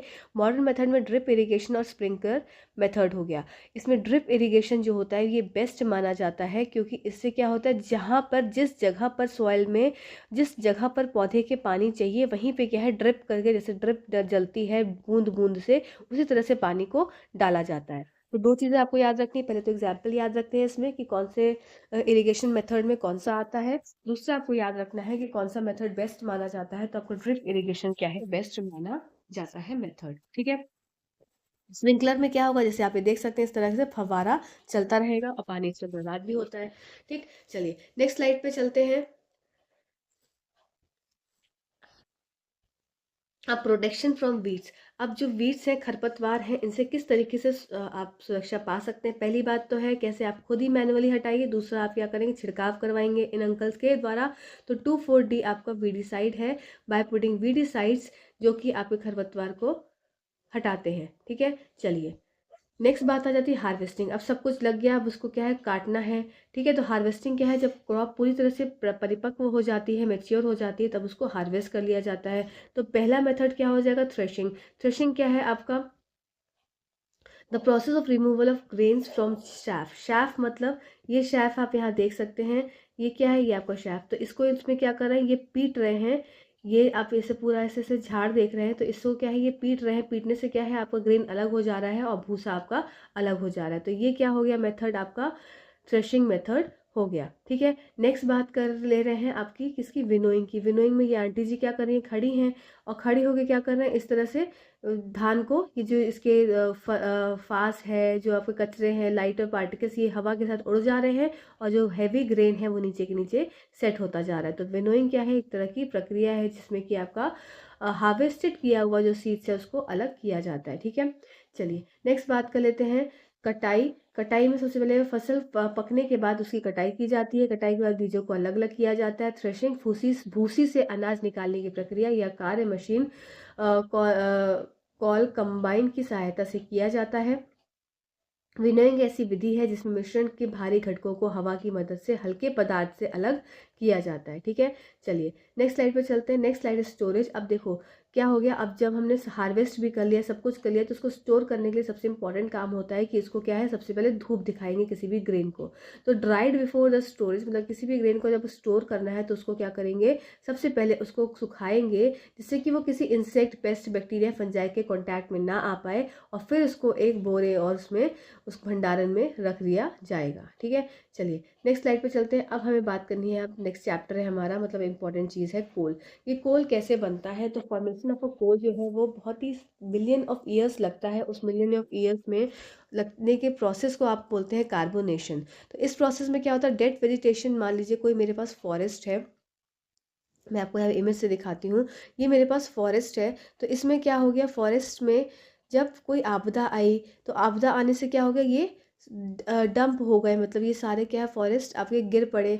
तो ये सारे जो पेड़ है गिर गए, तो गिरने से क्या, ऊपर से एक मलबा इकट्ठा हो गया। अब धीरे धीरे ओवर द ईयर्स बहुत समय सब ऐसा होता रहेगा, होता रहेगा। इसमें हाई प्रेशर और हाई टेम्परेचर लगेगा, हाई हीट लगेगी। तो इससे क्या है, इसके नीचे प्रेशर हाई लग रहा है, टेम्परेचर लग रहा है, तो क्या होगा, धीरे धीरे ये जो आपका फॉरेस्ट जो बरी हुआ है, पूरा अंदर धंस गया है, वो पीट में कन्वर्ट हो जाएगा। पीट से फिर लिग्नाइट, फिर कोल, इस तरह से आपका कोल का फॉर्मेशन होता है। ठीक है, चलिए आइए देख लेते हैं क्या लिखा है। कोयले का निर्माण कार्बोनेशन नामक प्रक्रिया के माध्यम से लाखों वर्षों में होता है। इस प्रक्रिया में मृत वनस्पति को बहुत अधिक तापमान और दबाव में कार्बन युक्त कोयले में बदल दिया जाता है। लाखों साल पहले बाढ़, सुनामी या कोई कोई भी ऐसी आपदा, प्राकृतिक आपदाओं के कारण पृथ्वी पर आर्द्र भूमि में घने जंगल थे। वर्षों में इन जंगलों के ऊपर अधिक से अधिक मिट्टी जमा हो जाती रही। फिर तापमान बढ़ जाता है, उच्च दबाव के उच्च तापमान के कारण मृत पौधे धीरे धीरे कोयले में परिवर्तित हो जाते हैं। ठीक है, तो आपको कंडीशन क्या याद रखनी है, हाई टेम्परेचर और हाई प्रेशर। आगे बात कर लेते हैं कि अब इसमें कुछ तरीके के कोल हैं, जैसे कि आपको याद रखना है। सबसे बेस्ट कोल क्या होता है, एंथ्रासाइट माना जाता है। आपके डोमेस्टिक पर्पसेस से कौन सा यूज़ होता है, बिट्यूमिनस होता है। सबसे बेकार कोल है, इसको कोल कहा भी नहीं जाता है, पीट है, क्योंकि इसमें लो हीट कंटेंट होती है, मॉइस्चर सबसे ज़्यादा होता है। ये एक तरह से सिर्फ डिकेड प्लांट जो है वो बरी होते हैं, उसी को ये पीट बोल दिया जाता है, पर पीट एक तरह से कोयला नहीं है। ठीक है, नेक्स्ट बात कर लेते हैं लिग्नाइट की। तो लिग्नाइट में 25 से 35% कार्बन होता है, हाई मॉइस्चर कंटेंट होती है, ब्राउन कलर का कोल होता है, लो हीट कंटेंट होती है। बिटुमिनस आपका क्या होता है, 45 से 86% कार्बन होता है, और ये एक तरह से फ्यूल की तरह यूज़ होता है बहुत सारे इंडस्ट्रियल सेक्टर्स में। ठीक है, ये हाईली हाईली डिज़ायरेबल फ्यूल होता है। इसमें आपका हीट कंटेंट सबसे ज़्यादा होता है। एंथ्रासाइड में आपका क्या होता है, पॉल्यूशन क्रिएट नहीं करता है। ठीक है, साथ ही साथ आपका क्या है, फुल्ली ये आपका जलता है, प्लस ये बहुत ज़्यादा हीट देता है, ज़्यादा देर तक जलता है। तो ये सारे अच्छे पॉइंट्स जितने हो जाएंगे वो आपके सारे एंथ्रासाइड के अंदर आ जाएंगे। नेक्स्ट बात कर लेते हैं हिंदी में। पीट या कोयला नहीं है, यह दलदल में आंशिक रूप से सड़ चुका पौधा है, कम तापमान सामग्री है ये। लिग्नाइट क्या है, उच्च नमी वाला होता है, भूरा कोयला होता है। बिटुमिनस आपका डोमेस्टिक हो गया, जो कि बिजली उत्पाद या अन्य उद्योगों के क्षेत्र में इसका इस्तेमाल भी होता है। एंथ्रासाइट आपका सबसे अच्छा माना जाता है, जो कि उच्च ताप सामग्री के कारण यह अत्यधिक वांछनीय वांछनीय ईंधन है। ठीक है, चलिए नेक्स्ट बात कर लेते हैं products obtain from processing of coal. कोयले के प्रसंस्करण से प्राप्त हुए उत्पाद। तो सबसे पहला क्या हो गया, कोक। जब आप कोयले की प्रोसेसिंग करते हैं तो कौन कौन सी चीज़ें आपको देखने को मिलती हैं, कौन कौन से प्रोडक्ट्स आपको मिलते हैं, तो वो यहाँ पर बताया गया है। तो क्या मिलेगा आपको, वेरी इंपॉर्टेंट है, याद रखना ये 3 चीज़ें कि कोक मिलेगा, कोलतार मिलेगा और कोल गैस मिलेगा। आइए देख लेते हैं। It is tough porous and black substance. It is pure form of carbon. तो प्योर फॉर्म ऑफ कार्बन पूछा जाए तो आपका आंसर हो जाएगा कोक होता है। Coke is use in manufacture of steel, extraction of many metals. तो यहाँ कहाँ इस्तेमाल होता है, ये आपसे बीपीएससी में ही एक बार पूछा गया है कि कोक का इस्तेमाल कहाँ होता है। तो आपका स्टील इंडस्ट्री में एक्सट्रैक्शन ये पूछा गया है कि आपके मेटल एक्सट्रैक्शन में कौन सा क्या यूज़ होता है, तो आप बता देंगे मेटल एक्सट्रैक्शन में आपका कोक का इस्तेमाल होता है। ठीक है, नेक्स्ट बात कर लेते हैं कोलतार। तो कोलतार क्या है, ब्लैक थिक लिक्विड है with unpleasant smell. It is mixture of around 200 substances. It is used in manufacture of various substances like dye, drug, explosive, perfume, paint. Naphthalene ball is also obtained from coal tar. तो अब आपसे important चीज़ क्या होती है कि naphthalene ball कैसे बनती है, तो कोल तार की मदद से ये बनती है। ठीक है, नेक्स्ट बात कर लेते हैं अनकोल गैस। तो coal gas it is obtain during processing of coal to get coal. It is used as fuel in many industries. ठीक है, चलिए नेक्स्ट स्लाइड पे चलते हैं। हिंदी में लिखी हुई है, कोक है कठोर, झरझरा एवं काला पदार्थ होता है। यह कार्बन का शुद्ध रूप है। कोक का उपयोग स्टील के निर्माण और कई धातुओं के निष्कर्षण में इसका किया जाता है।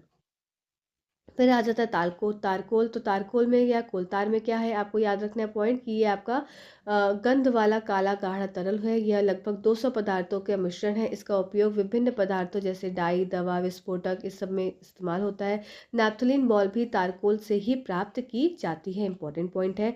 फिर कोयला गैस क्या हो गया, कोल गैस। कोक प्राप्त करने के लिए कोयले के प्रसंस्करण के दौरान इसे प्राप्त किया जाता है। इसका उपयोग कई उद्योगों में ईंधन के रूप में किया जाता है। नेक्स्ट बात कर लेते हैं पेट्रोलियम। अभी हमने कोल देखा, अब बात कर लेते हैं पेट्रोलियम की। तो पेट्रोलियम कैसे बनता है, petroleum was form from organism living in the sea. अब पेट्रोलियम कैसे बनता है, आपका जो ऑर्गेनिज्म सी के अंदर है आपके मर जाते हैं, उनके ऊपर क्या है मलबा इकट्ठा होता चला जाता है। तो उसमें क्या है ओवर मिलियन ऑफ ईयर्स क्या हो जाता है, हाई टेम्परेचर और हाई प्रेशर के कारण यहाँ पर आपकी एक और कंडीशन जुड़ जाती है कि एब्सेंस ऑफ एयर, मतलब यहाँ पर एयर की क्या है मात्रा नहीं प्रेजेंट होती है। तो इसलिए क्या है आपका पेट्रोलियम बन जाता है। ठीक है, पेट्रोलियम का निर्माण समुद्र में रहने वाले जीवों से हुआ है।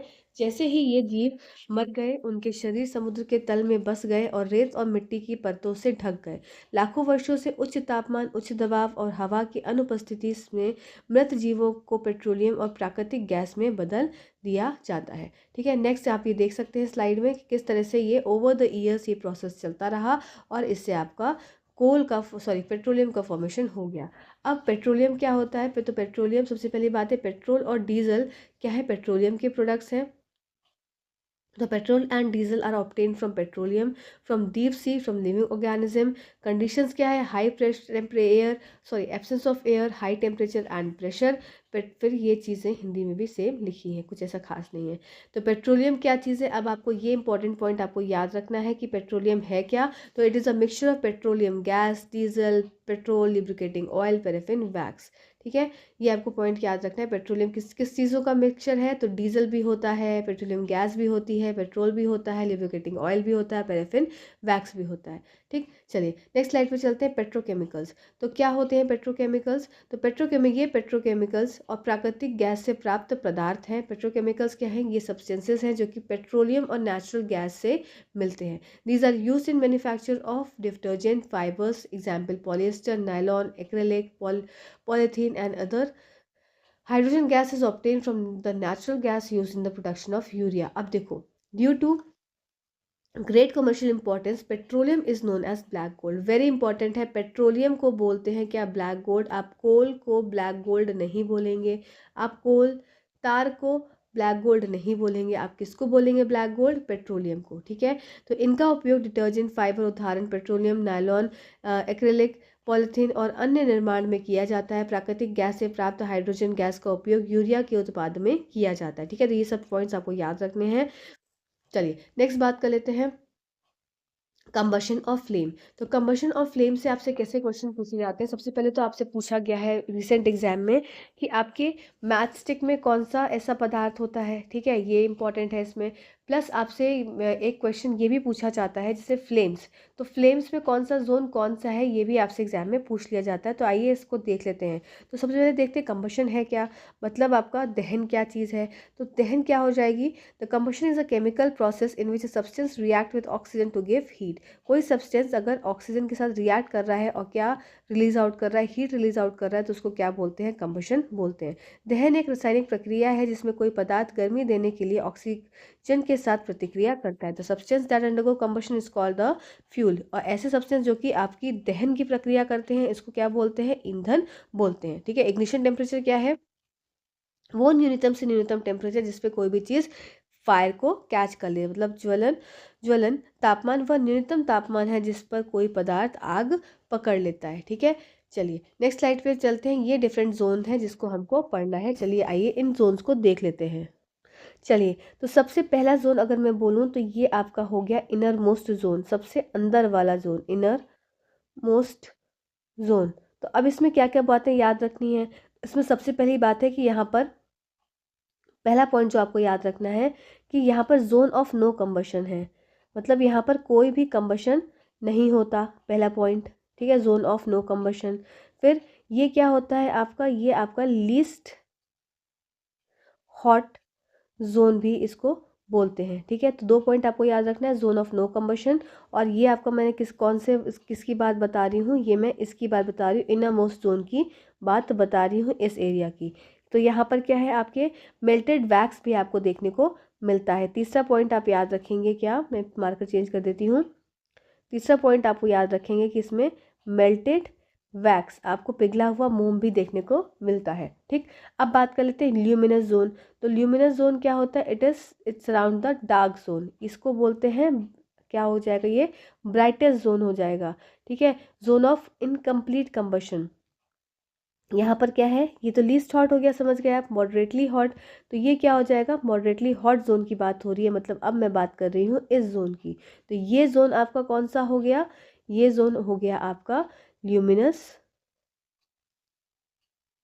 जोन। ठीक है, तो ल्यूमिनस जोन आपका सेकेंड जोन हो गया। हमने फर्स्ट जोन क्या देखा, इनरमोस्ट जोन। अब इसमें क्या पॉइंट्स आपको याद रखने हैं कि ये सबसे ब्राइटेस्ट जोन होता है, सबसे चमकीला होता है, ब्राइटेस्ट हो गया, ब्राइटेस्ट जोन। दूसरा पॉइंट आपको याद रखना है, ये आपका मॉडरेटली हॉट जोन होता है। ठीक है, मॉडरेटली हॉट जोन। ठीक, ये पॉइंट्स आपको इसमें याद रखने ज़रूरी हैं। प्लस इसमें एक थर्ड पॉइंट आपका याद रखना है आपको कि ये क्या है, जोन ऑफ इनकम्प्लीट कंबशन। ठीक है, जोन ऑफ इनकम्प्लीट कंबशन, ये आपका क्या हो गया, ल्यूमिनस जोन के बारे में बातें हो गई। अब सबसे पहला जोन हो जाता है आपका फर्स्ट वाला, जो कि क्या है आपका non luminous zone, non luminous zone. ठीक है, मतलब ये अब हमारे हिसाब से थर्ड हो गया। तो थर्ड क्या है, नॉन ल्यूमिनस जोन। तो नॉन ल्यूमिनस जोन आपको क्या कौन सा देखने को मिल रहा है, जो आउटर मोस्ट जोन है। तो इसका पहला पॉइंट क्या हो जाएगा, ये आपका क्या है, आउटर मोस्ट जोन है, सबसे बाहरी जोन है। दूसरा पॉइंट आपको क्या याद रखना है, ये जोन आपका क्या होता है, इनविजिबल, वेरी इंपॉर्टेंट है, ये पूछा जाता है, इनविजिबल होता है। फिर यहाँ पर तीसरा पॉइंट आपको क्या रखना है कि जोन ऑफ कंप्लीट कंबशन। ठीक है, फिर ये क्या हो जाएगा, ये आपका हॉटेस्ट जोन भी कहलाया जाता है। तो ये पॉइंट्स आपके लिए बहुत ही ज़्यादा इम्पॉर्टेंट थे, इसलिए मैंने यहाँ पर इसको अलग अलग कर कर नोट कर दिया है। पहला आपका इनर मोस्ट जोन, इसका स्क्रीनशॉट ले लीजिए।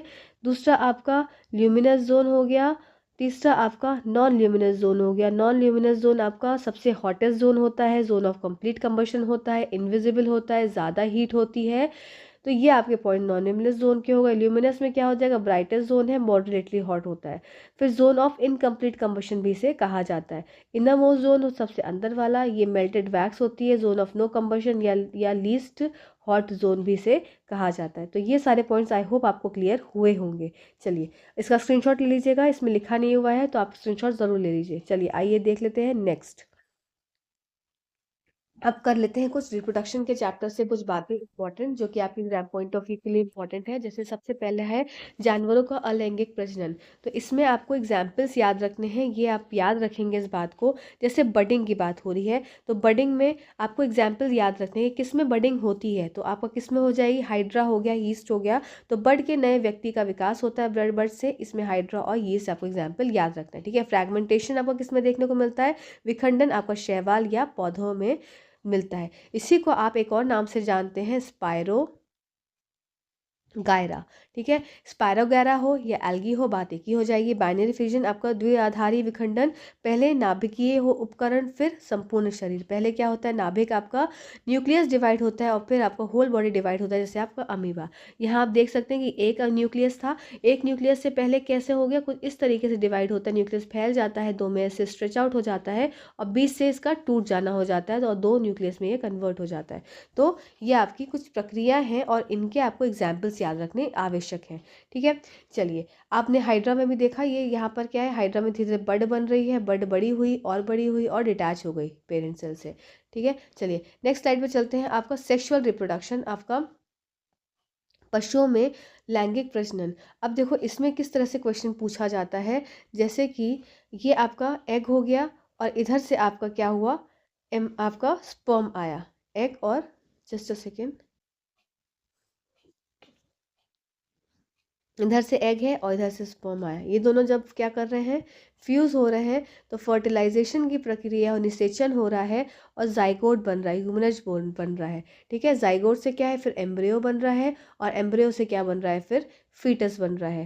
तो ये आपको प्रोसेस जो है वो पता होना चाहिए कि एग और स्पर्म बन के फर्टिलाइजेशन होने के बाद जाइगोट बनाते हैं, जाइगोट से एम्ब्रियो बनता है जो कि यूट्रस वॉल में जाकर अटैच हो जाता है और यहाँ पर ही ये क्या है, यह इसका फीटस का डेवलपमेंट होता है। तो मतलब फीटस क्या है, फर्दर डेवलप होता है। ठीक है, चलिए नेक्स्ट स्लाइड पे चलते हैं। नेक्स्ट है आपका एक्सटर्नल फर्टिलाइजेशन इन फ्रॉग, ये आपका एनसीईआरटी का टॉपिक है, एनसीईआरटी से ही है सब कुछ।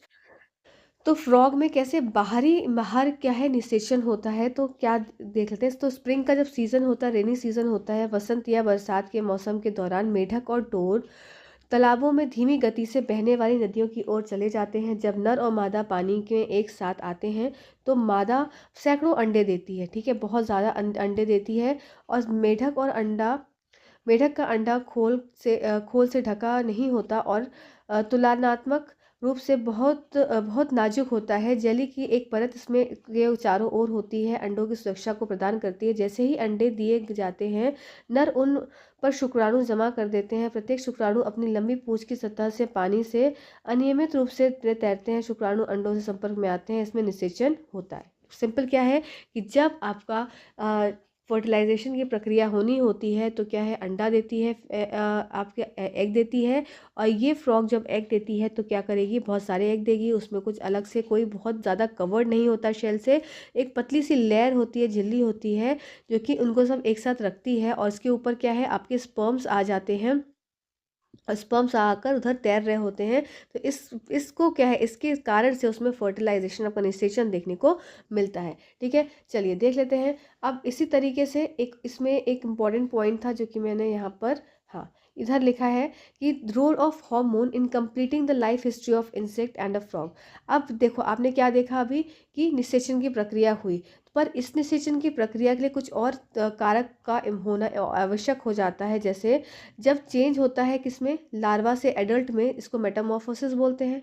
जब कोई भी आपका क्या हुआ, फ्रॉग की अगर मैं बात करूँ तो लार्वा से जब एडल्ट में बदल रहा है तो उस प्रक्रिया को क्या बोले, मेटामॉर्फोसिस बोल रहे हैं। और ये होता है इंसेक्ट हार्मोन से क्या कंट्रोल। अगर आपके फ्रॉग के पास थायरोक्सिन हार्मोन नहीं होगा, मीन्स फ्रॉग का thyroid gland thyroxine hormone release नहीं करेगा, तो ये क्या होगा, प्रोसेस आपका मेटामॉर्फोसिस की प्रक्रिया नहीं हो पाएगी। मतलब टैडपोल जो है वो आपका कंप्लीट उसको प्रॉपर एक एडल्ट नहीं बन पाएगा। तो इसीलिए थायरोक्सिन की आवश्यकता होती है और थायरोक्सिन प्रोडक्शन को किसकी ज़रूरत होती है, आयोडीन की आवश्यकता होती है। तो इन टर्न दो चीज़ों की आवश्यकता है, एक तो आयोडीन की आवश्यकता और दूसरी आपकी थायरोक्सिन की आवश्यकता। ठीक है, तो ये पॉइंट्स आप याद रखेंगे किसमें, आपकी जो बात हो रही है फ्रॉग या इंसेक्ट की। ठीक, जिसमें रिप्रोडक्शन की बात हो। तो चेंजेस फ्रॉम पढ़ लेते हैं। The changes from larva to adult is called metamorphosis. It is controlled by insect hormone. Insect hormone कौन सा है आपका?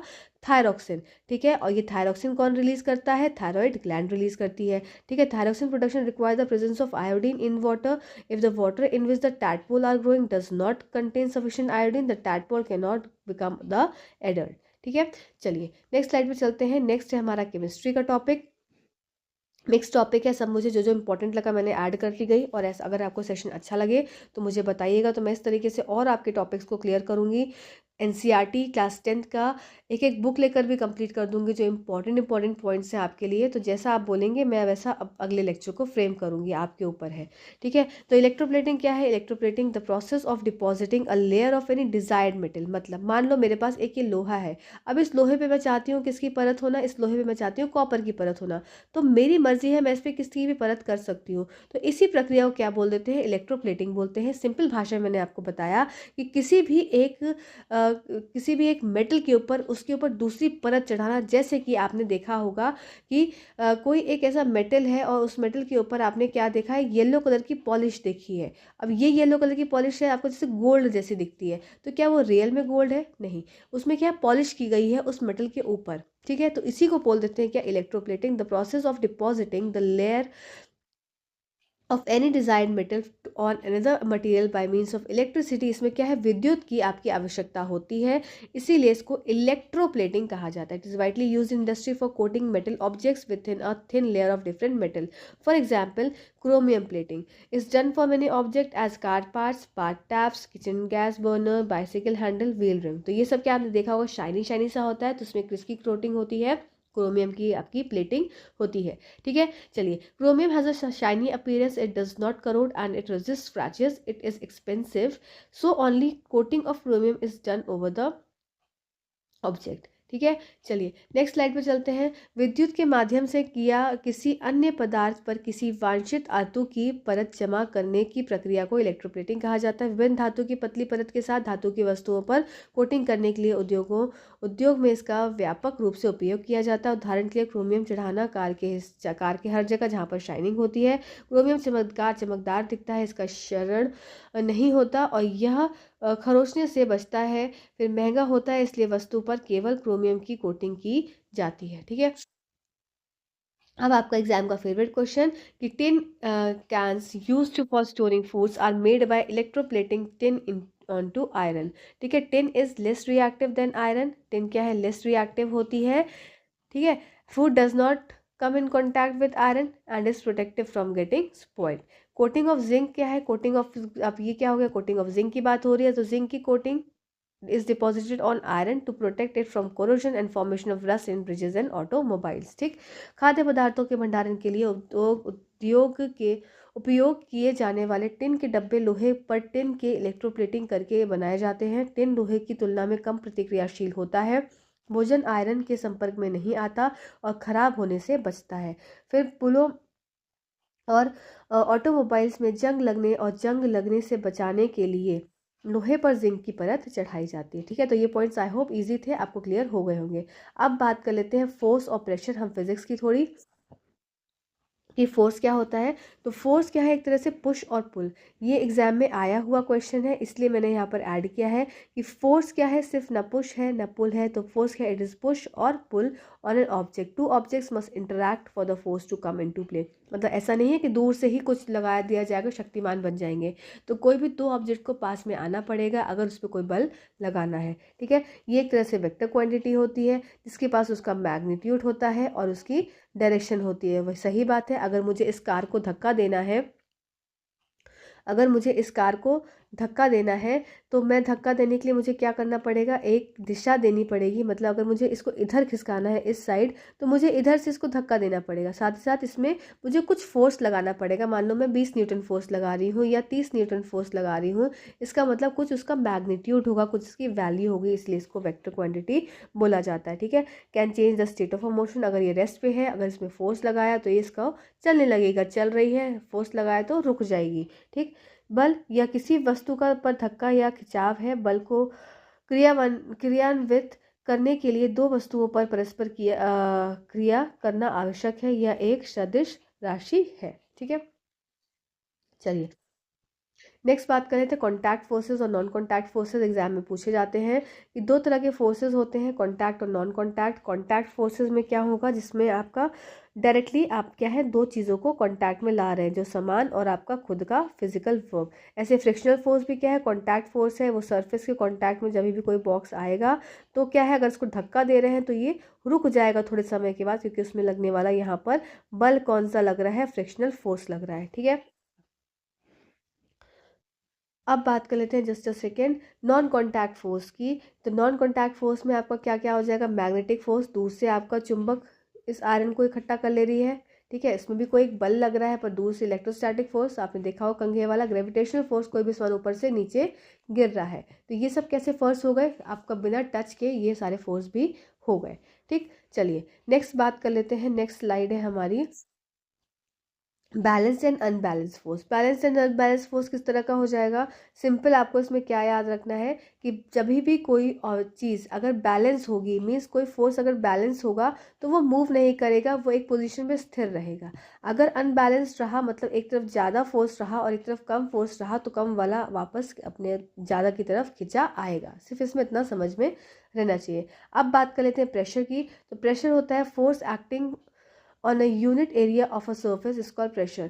तो प्रेशर क्या है, एक यूनिट एरिया पे लगने वाला फोर्स है, उसको हम प्रेशर बोलते हैं। जैसे कि ये आप ये यहाँ पे कुली है, कुली ने इसको क्या किया, इसको सामान को लिया। अब सामान को लिया तो क्या है, आपका एक यूनिट एरिया पे लगने वाला जो क्या है फोर्स है, उसको आप प्रेशर बोलते हैं।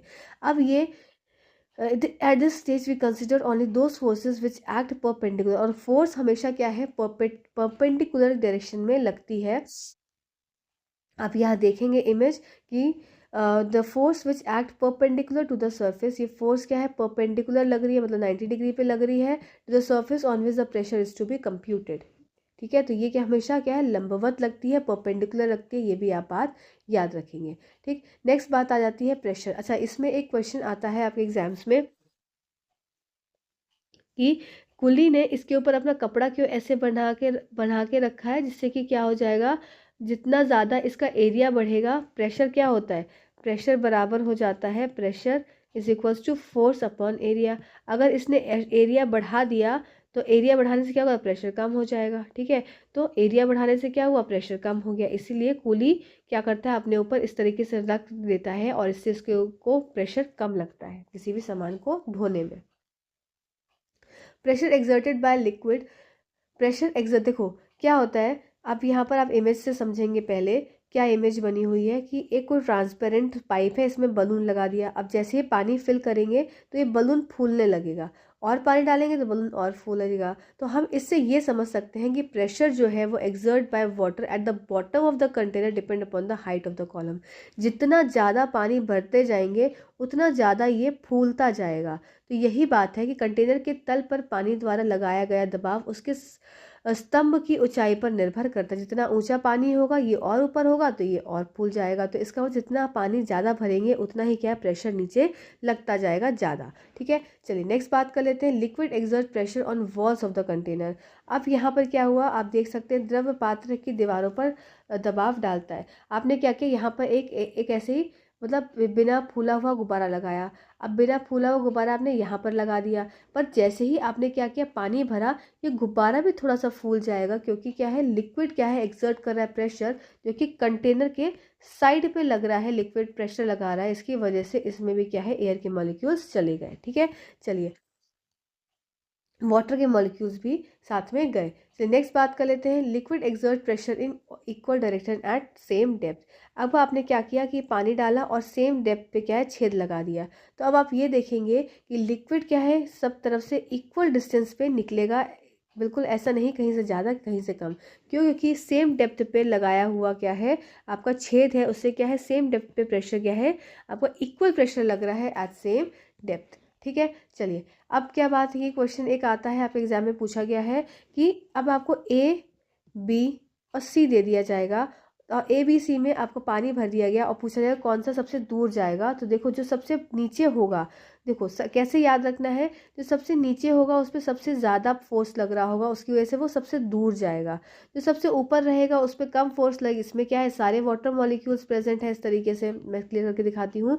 इसमें सारे वाटर मॉलिक्यूल्स प्रेजेंट है। तो जितना जो, अगर मान लो यहाँ की बात करूँ तो यहाँ तो 2 ही वाटर मॉलिक्यूल दिख रहे हैं फॉर एग्जाम्पल। यहाँ की बात करूँ तो यहाँ 4 दिख रहे हैं। पर अगर मैं यहाँ की बात करूँ तो यहाँ पे मुझे, अगर मैं काउंट करूँ तो 10 दिख रहे हैं लगभग। तो इसका मतलब जितना ज़्यादा आप नीचे जाएंगे उतना ज़्यादा आपका प्रेशर क्या है, ज़्यादा लगेगा, तो उतना ज़्यादा पानी क्या है, दूर गिरेगा। जितना ऊपर रहेंगे कम प्रेशर रहेगा, पानी क्या है, पास से फट से गिर जाएगा। ठीक है। अब प्रेशर क्या है, हर जगह इक्वल लगता है, तो आपने छेद कर दिया वापस से हर बलून पे, तो पाया कि सारे बलून से पानी जो है इक्वल डिस्टेंस पर निकल रहा है। अब बात कर लेते हैं फ्रिक्शन की।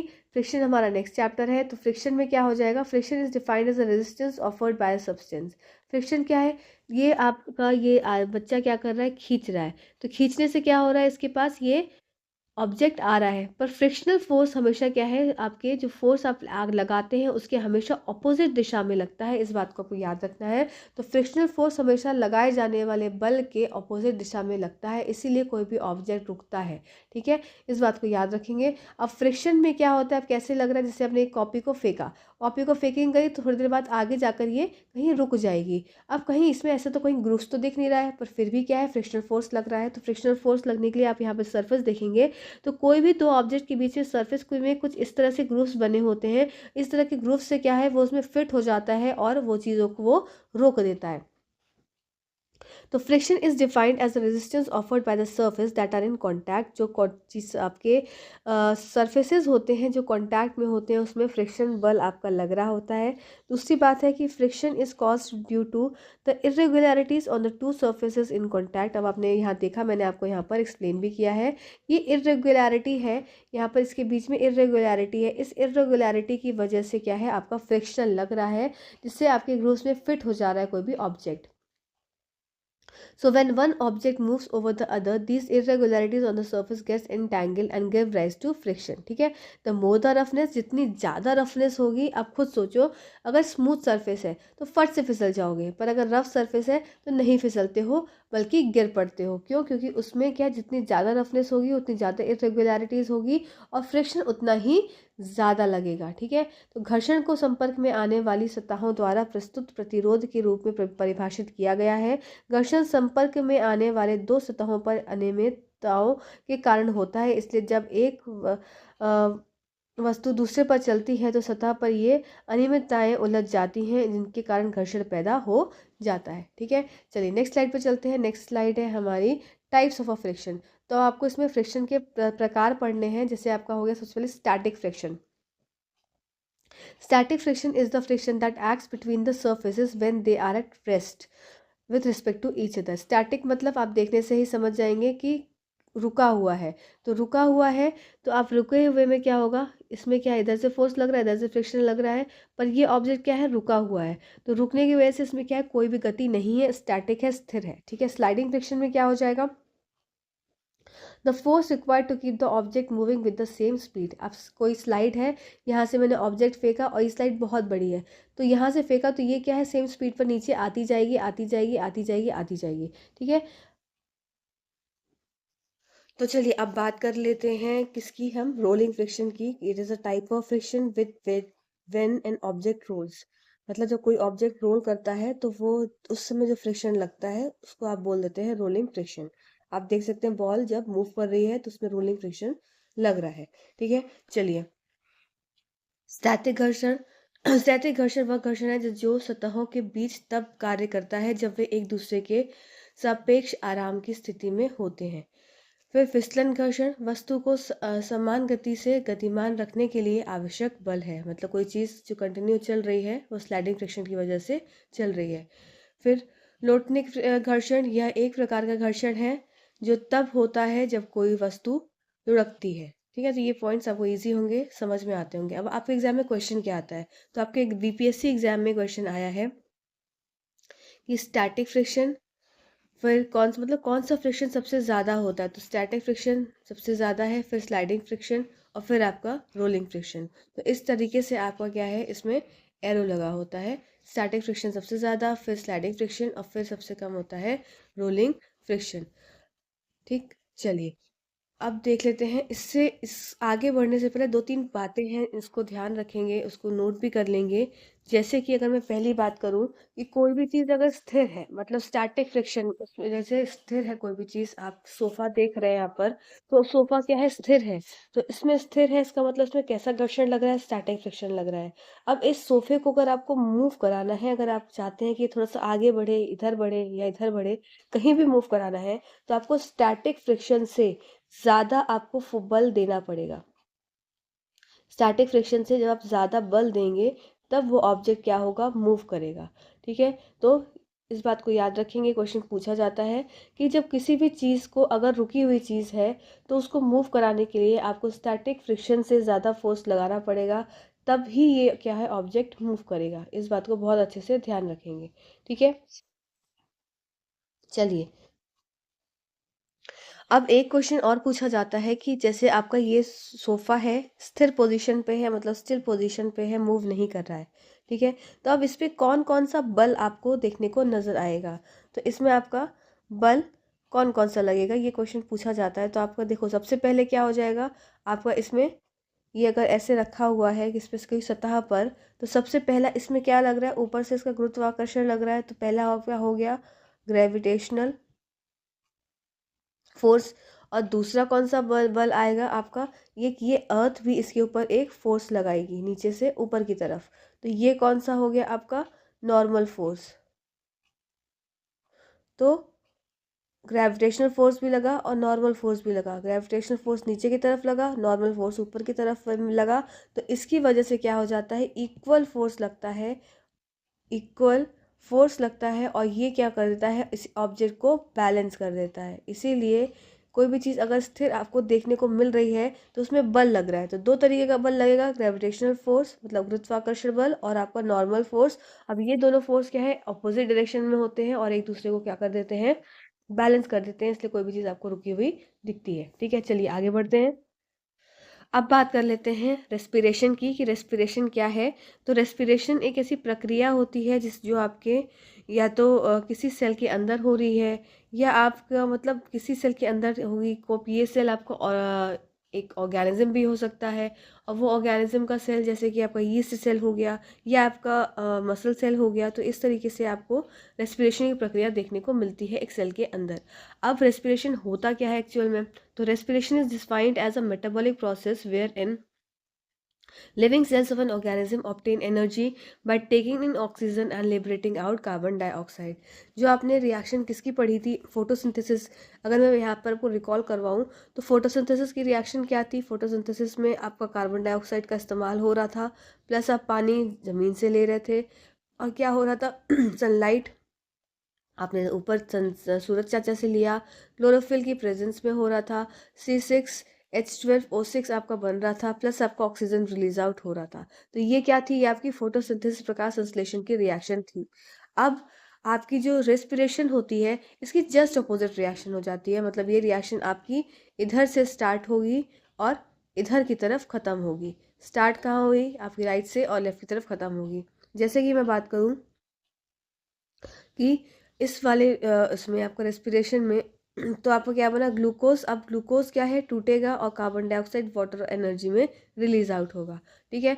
चलिए देखिए, श्वसन को एक चयापचय प्रक्रिया के रूप में परिभाषित किया जाता है, जिसमें किसी जीव की जीवित कोशिकाएं ऑक्सीजन लेकर और जटिल कार्बनिक पदार्थों के ऑक्सीकरण से कार्बन डाइऑक्साइड को मुक्त करके ऊर्जा प्राप्त करती है। इस प्रक्रिया में ग्लूकोज के टूटने से ऊर्जा उत्पन्न होती है, जिसका उपयोग कोशिका द्वारा विभिन्न कार्यों में के लिए किया जाता है। अब आपके एग्जाम में क्वेश्चन क्या आता है, वो मैं आपको यहाँ बता रही हूँ। कि जैसे आपका रेस्पिरेशन है, तो सबसे फेवरेट क्वेश्चन सब एग्जाम्स का होता है, वनडे एग्जाम्स का, कि आपको पूछ लिया जाता है कि एनारोबिक रेस्पिरेशन कौन सी है और एरोबिक रेस्पिरेशन कौन सी है। एनारोबिक मतलब ऐसी श्वसन की प्रक्रिया जो आपका ऑक्सीजन के बिना, दो चीज़ होती है देखो एनारोबिक में। एनारोबिक एनारोबिक में दो कंडीशन आपको देखने को मिलेगी, या तो आपको लैक ऑफ ऑक्सीजन होगा। लैक ऑफ ऑक्सीजन मतलब ऑक्सीजन है ही नहीं। या आपका क्या हो, सॉरी, लैक ऑफ ऑक्सीजन मतलब कि कमी है ऑक्सीजन की। या दूसरा हो जाएगा एब्सेंस ऑफ ऑक्सीजन। अगर लैक ऑफ ऑक्सीजन की बात है तो लैक ऑफ ऑक्सीजन हो रहा है आपका मसल सेल्स के अंदर, ठीक है, देखने को मिलता है। इसीलिए आपका जो ग्लूकोज है ये टूट जाता है लैक्टिक एसिड और एनर्जी में। अगर इसी जगह पर एब्सेंस ऑफ ऑक्सीजन है, जो कि आपका यीस्ट सेल में है, ऑक्सीजन है ही नहीं, थोड़ी भी नहीं है, तो ये इथेनॉल, कार्बन डाइऑक्साइड और एनर्जी में टूटेगा। इस प्रक्रिया को बोल देते हैं फर्मेंटेशन की प्रक्रिया। इसको बोल देते हैं लैक्टिक एसिड फर्मेंटेशन। है दोनों ही फर्मेंटेशन, पर ये फर्मेंटेशन में आपका क्या हो गया, एल्कोहलिक फर्मेंटेशन, और ये हो गया आपका लैक्टिक एसिड फर्मेंटेशन। बन क्या रहा है एंड रिजल्ट, लैक्टिक एसिड, इसमें क्या बन रहा है, एक एल्कोहल जो कि है आपका इथेनॉल। ये आपका एब्सेंस ऑफ ऑक्सीजन में हुआ, और ये आपका लैक ऑफ ऑक्सीजन में हुआ ग्लूकोज का टूटना, ठीक है। तो ये क्या हो गया, रेस्पिरेशन का एग्जाम्पल। दूसरा हो जाती, लास्ट एग्जाम्पल होता है नीचे वाला, जो सबसे नीचे है, जो आपका है ग्लूकोज का टूटना in the presence of oxygen. In the presence of oxygen, तो ये कहाँ हो रहा है, आपका माइटोकॉन्ड्रिया में हो रहा है। कार्बन डाइऑक्साइड, वाटर और एनर्जी को रिलीज आउट कर रहा है। ये आपकी प्रक्रिया हो जाती है एरोबिक रेस्पिरेशन की, ठीक है। तो ये चार्ट इंपॉर्टेंट है, इसको एक बार देख लीजिएगा। चलिए नेक्स्ट चलते हैं। In plants exchange of gases takes place through stomata. Plants में क्या है, आपका एक्सचेंज होता है, पौधों में गैसों का आदान प्रदान रंध्रों के माध्यम से होता है। प्रत्येक रंध्र दो रक्षक कोशिकाओं से घिरे होते हैं, मतलब गार्ड सेल्स होते हैं। इन कोशिकाओं को दीज सेल्स कंटेन क्लोरोप्लास्ट। ये कोशिकाओं में क्लोरोप्लास्ट होते हैं, ठीक है। दिन के उजाले में पौधे श्वसन और प्रकाश संश्लेषण दोनों कर रहे हैं, इसीलिए ऑक्सीजन और कार्बन डाइऑक्साइड पत्तियों के अंदर और बाहर फैल रही है। लेकिन रात भर सूरज की रोशनी के बिना प्रकाश संश्लेषण बंद हो जाता है और रंध्र बंद हो जाते हैं।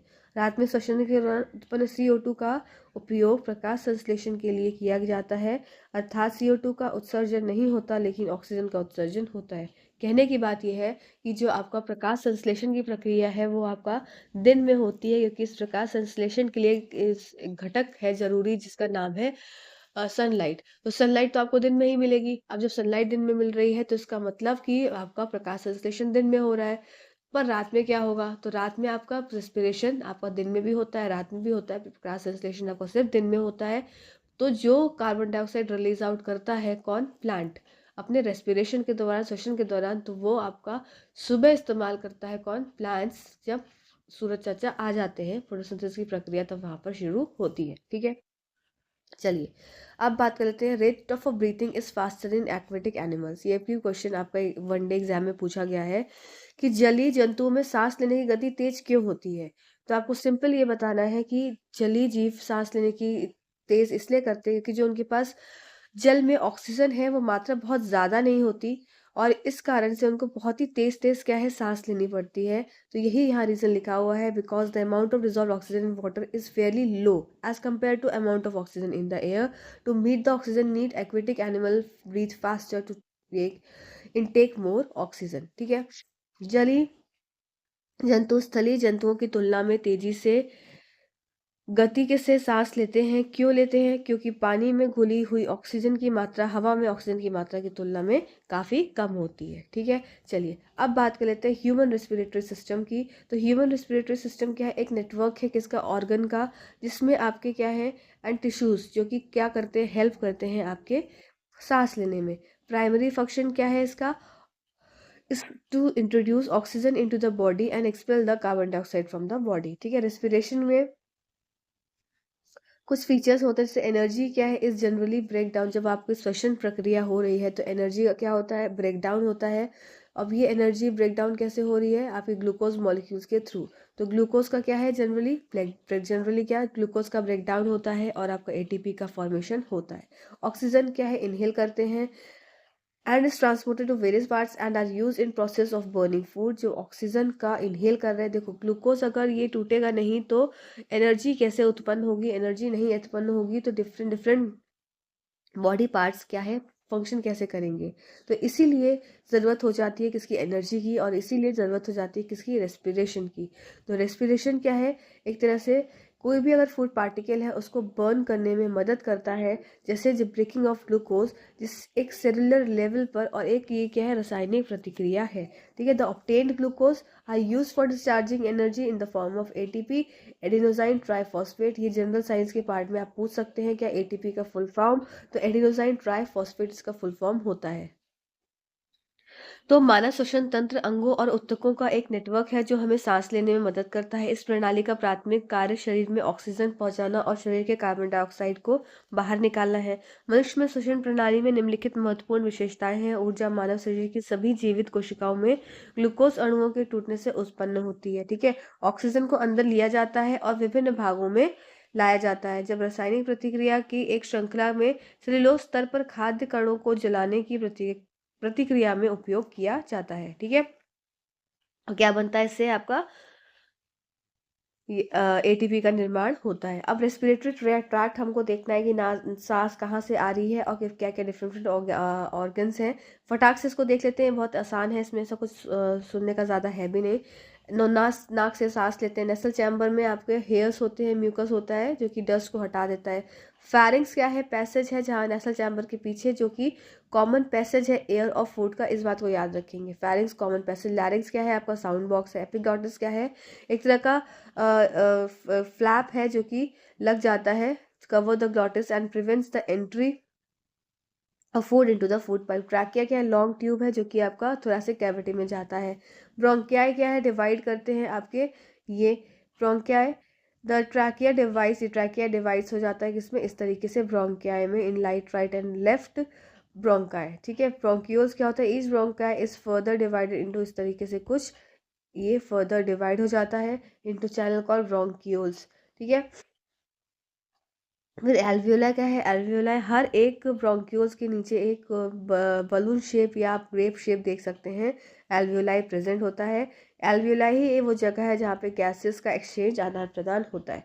ठीक, और आपका लंग्स जो होता है वो प्लूरा मेम्ब्रेन से कवर्ड होता है, इसलिए इसको हेल्प करता है। क्या चीज़, कोई भी चीज़ किसी चीज़ से कवर है तो क्या करेगी, उसको प्रोटेक्शन प्रोवाइड करेगी, इतना ही आपको याद रखना है।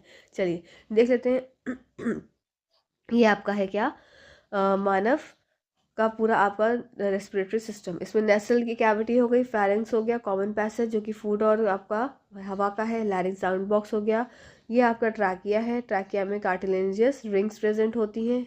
फिर ये आपका ट्रैकिया डिवाइड हो जा रहा है किसमें, ब्रोंकाई में, दो में, और ब्रोंकाई फर्दर डिवाइड हो जा रही है किसमें, इस तरीके से जड़ जड़ जैसी दिख रही है ब्रोंक्यूल्स में, और हर ब्रोंक्यूल के टिप पर प्रेजेंट होता है क्या, आपका टिप पर कुछ इस तरीके से प्रेजेंट होते हैं क्या, ये एल्वियोलाई, यहाँ पर क्या है, गैसेस का एक्सचेंज होता है।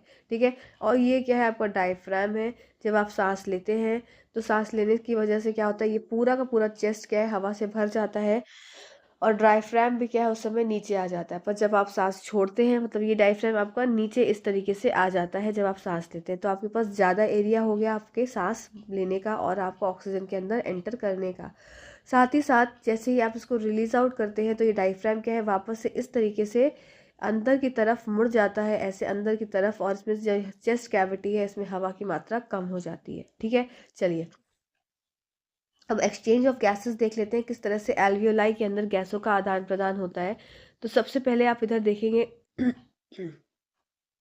ये गैसों का आदान प्रदान हो रहा है डिफ्यूजन की प्रक्रिया के हिसाब से। यहाँ से देखो, इन हो रही है, air in and out, air जो अंदर आई, ठीक, एयर अंदर आने के साथ साथ क्या लेके आ रही है, ऑक्सीजन लेके आ रही है, तो ऑक्सीयुक्त युक्त आपकी ये एयर है। इसने क्या किया, जैसे ही यहाँ पर आई, ये एल्वियोलाई है, एल्वियोलाई के मेम्ब्रेन में क्या हो गया, डिफ्यूजन हो गया, तो डिफ्यूजन की वजह से क्या हो गया, सारी की सारी ऑक्सीजन आपके इस ब्लड के अंदर आ गए। ब्लड के अंदर कौन लेगा ऑक्सीजन, ये क्या है, रेड रेड सा, ये आपका हीमोग्लोबिन पिगमेंट है। हीमोग्लोबिन पिगमेंट क्या है, एक तरह की गाड़ी है जो कि क्या लेकर जाती है, आपकी ऑक्सीजन को लेकर जाती है डिफरेंट डिफरेंट सेल ऑर्गेनेलिज तक। सेल ऑर्गेनेलिज क्या करेंगे, इस गाड़ी से ऑक्सीजन को ले लेंगे, और ये क्या करेंगे, वापस से इस गाड़ी को नीला बना देंगे, और नीला बनाने के बाद इसके पास कार्बन डाइऑक्साइड को भेज देंगे, और कार्बन डाइऑक्साइड आपके वापस से डिफ्यूजन के प्रोसेस के थ्रू एल्वियोलाई में आ जाएगी, और एल्वियोलाई से वापस बाहर चली जाएगी। तो ये प्रक्रिया होती है किसकी, एक्सचेंज ऑफ गैसेस की। और साथ ही साथ ये भी बात याद रखेंगे कि गैस का आदान प्रदान इसलिए हो रहा है कि जहाँ पर आपकी कंसंट्रेशन ज़्यादा है, जैसे कंसंट्रेशन इस एरिया में ज़्यादा है तो हाई कंसंट्रेशन से लो कंसंट्रेशन की तरफ हमेशा मॉलिक्यूल्स का मूवमेंट होता है। तो ऑक्सीजन के मॉलिक्यूल्स इधर इस एरिया में ज़्यादा है, तो इस एरिया से आपके इस एरिया में आएंगे, क्योंकि यहाँ पर क्या है, आपके लो कंसंट्रेशन है, कम मात्रा में प्रेजेंट है। ठीक है, तो यही सब यहाँ पर लिखा हुआ है। चलिए नेक्स्ट देख लेते हैं। नेक्स्ट स्लाइड है हमारी कि एल्वियोलाई में गैस विनिमय मुख्य रूप से प्रसार द्वारा होता है। किसी प्रसार किसी पदार्थ का उच्च सांद्रता वाले क्षेत्र से कम सांद्रता वाले क्षेत्र की ओर जाना होता है। एल्वियोलाई की हवा में ऑक्सीजन की मात्रा अधिक होती है। एल्वियोलाई कोशिकाओं के बहुत करीब होता है, जिसमें एल्वियोलाई वायु की तुलना में ऑक्सीजन की मात्रा कम होती है और कार्बन डाइऑक्साइड की मात्रा अधिक होती है। ऑक्सीजन एल्वियोलाई से कोशिकाओं में रक्त में फैलती है। इसी प्रकार रक्त से कार्बन डाइऑक्साइड कोशिकाओं से एल्वियोलाई में चला जाता है। ठीक है, अब ट्रांसपोर्टेशन इन ह्यूमन बींग्स, तो ट्रांसपोर्टेशन इन ह्यूमन बींग्स किसके थ्रू हो रहा होगा? ब्लड के थ्रू हो रहा होगा। तो हमको एक तरह से सर्कुलेटरी सिस्टम पढ़ना है। तो सर्कुलेटरी सिस्टम में आपका ट्रांसपोर्ट हो रहा होगा, तो ट्रांसपोर्ट में ब्लड में न्यूट्रिएंट्स का भी ट्रांसपोर्ट, किस किस चीज़ का ट्रांसपोर्ट हो सकता है, किस किस चीज़ को क्या है, परिवहन हो सकता है। तो परिवहन प्रणाली में ट्रांसपोर्टेशन सिस्टम में आपको न्यूट्रिएंट्स भी ट्रांसपोर्ट होते हैं, गैसेस का भी ट्रांसपोर्ट होता है, हार्मोन्स, वेस्ट प्रोडक्ट, ये क्या है, बॉडी में इधर से उधर इनका ट्रांसपोर्टेशन चलता रहता है। तो अब इसमें मेन कंपोनेंट्स क्या हो जाता है सर्कुलेटरी सिस्टम में? ब्लड और लिम्फ। ब्लड और लिम्फ के द्वारा ट्रांसपोर्ट होता है। तो ब्लड कैसे जाएगा? ब्लड वेसल्स के थ्रू। ठीक है, रक्त वाहिकाओं के थ्रू। और रक्त वाहिकाएं आपकी तीन तरह की होती हैं।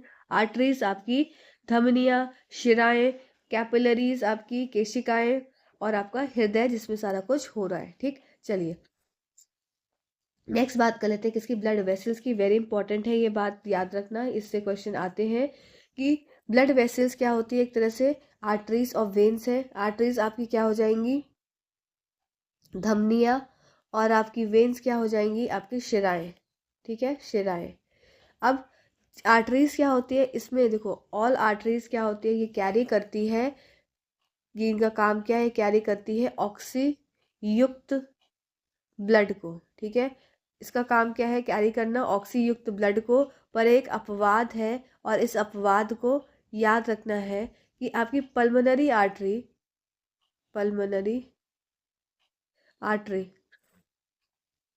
पल्मोनरी आर्टरी आपकी ऐसी आर्टरी है जो कि क्या करती है? कैरी करती है ये डीऑक्सी युक्त ब्लड। ठीक है, ये क्या कैरी करती है? डीऑक्सी युक्त ब्लड को कैरी करती है। इस पॉइंट को याद रखना है। वेन्स का क्या काम होता है? वेन्स क्या करती है? वेन्स कैरी करती है आपकी डीऑक्सी युक्त ब्लड। पर आपकी एक पल्मोनरी वेन ही एक ऐसी वेन है, पल्मोनरी वेन एक ही ऐसी वेन है जो कि कैरी करती है ऑक्सी युक्त ब्लड। ठीक है, इस बात को याद रखेंगे। अब देख लेते हैं, the these blood vessels are mainly responsible for carrying blood away from the heart. और ये क्या करती है? आर्टरीज दूर लेकर जाती है। ए से आर्टरी, ए से अवे, तो ये ब्लड अवे करती है, दूर लेकर जाती है हार्ट से। ठीक है, तो blood carry away from the heart usually oxidated blood होते हैं, पर एक पल्मोनरी आर्टरी है जो कि डीऑक्सीडेटेड ब्लड को लेकर चलती है, जो कि मैंने अभी आपको बताया। ठीक है, नेक्स्ट है these blood vessels are slightly thinner than arteries. ये क्या होती है? थिनर होती है आर्टरीज से।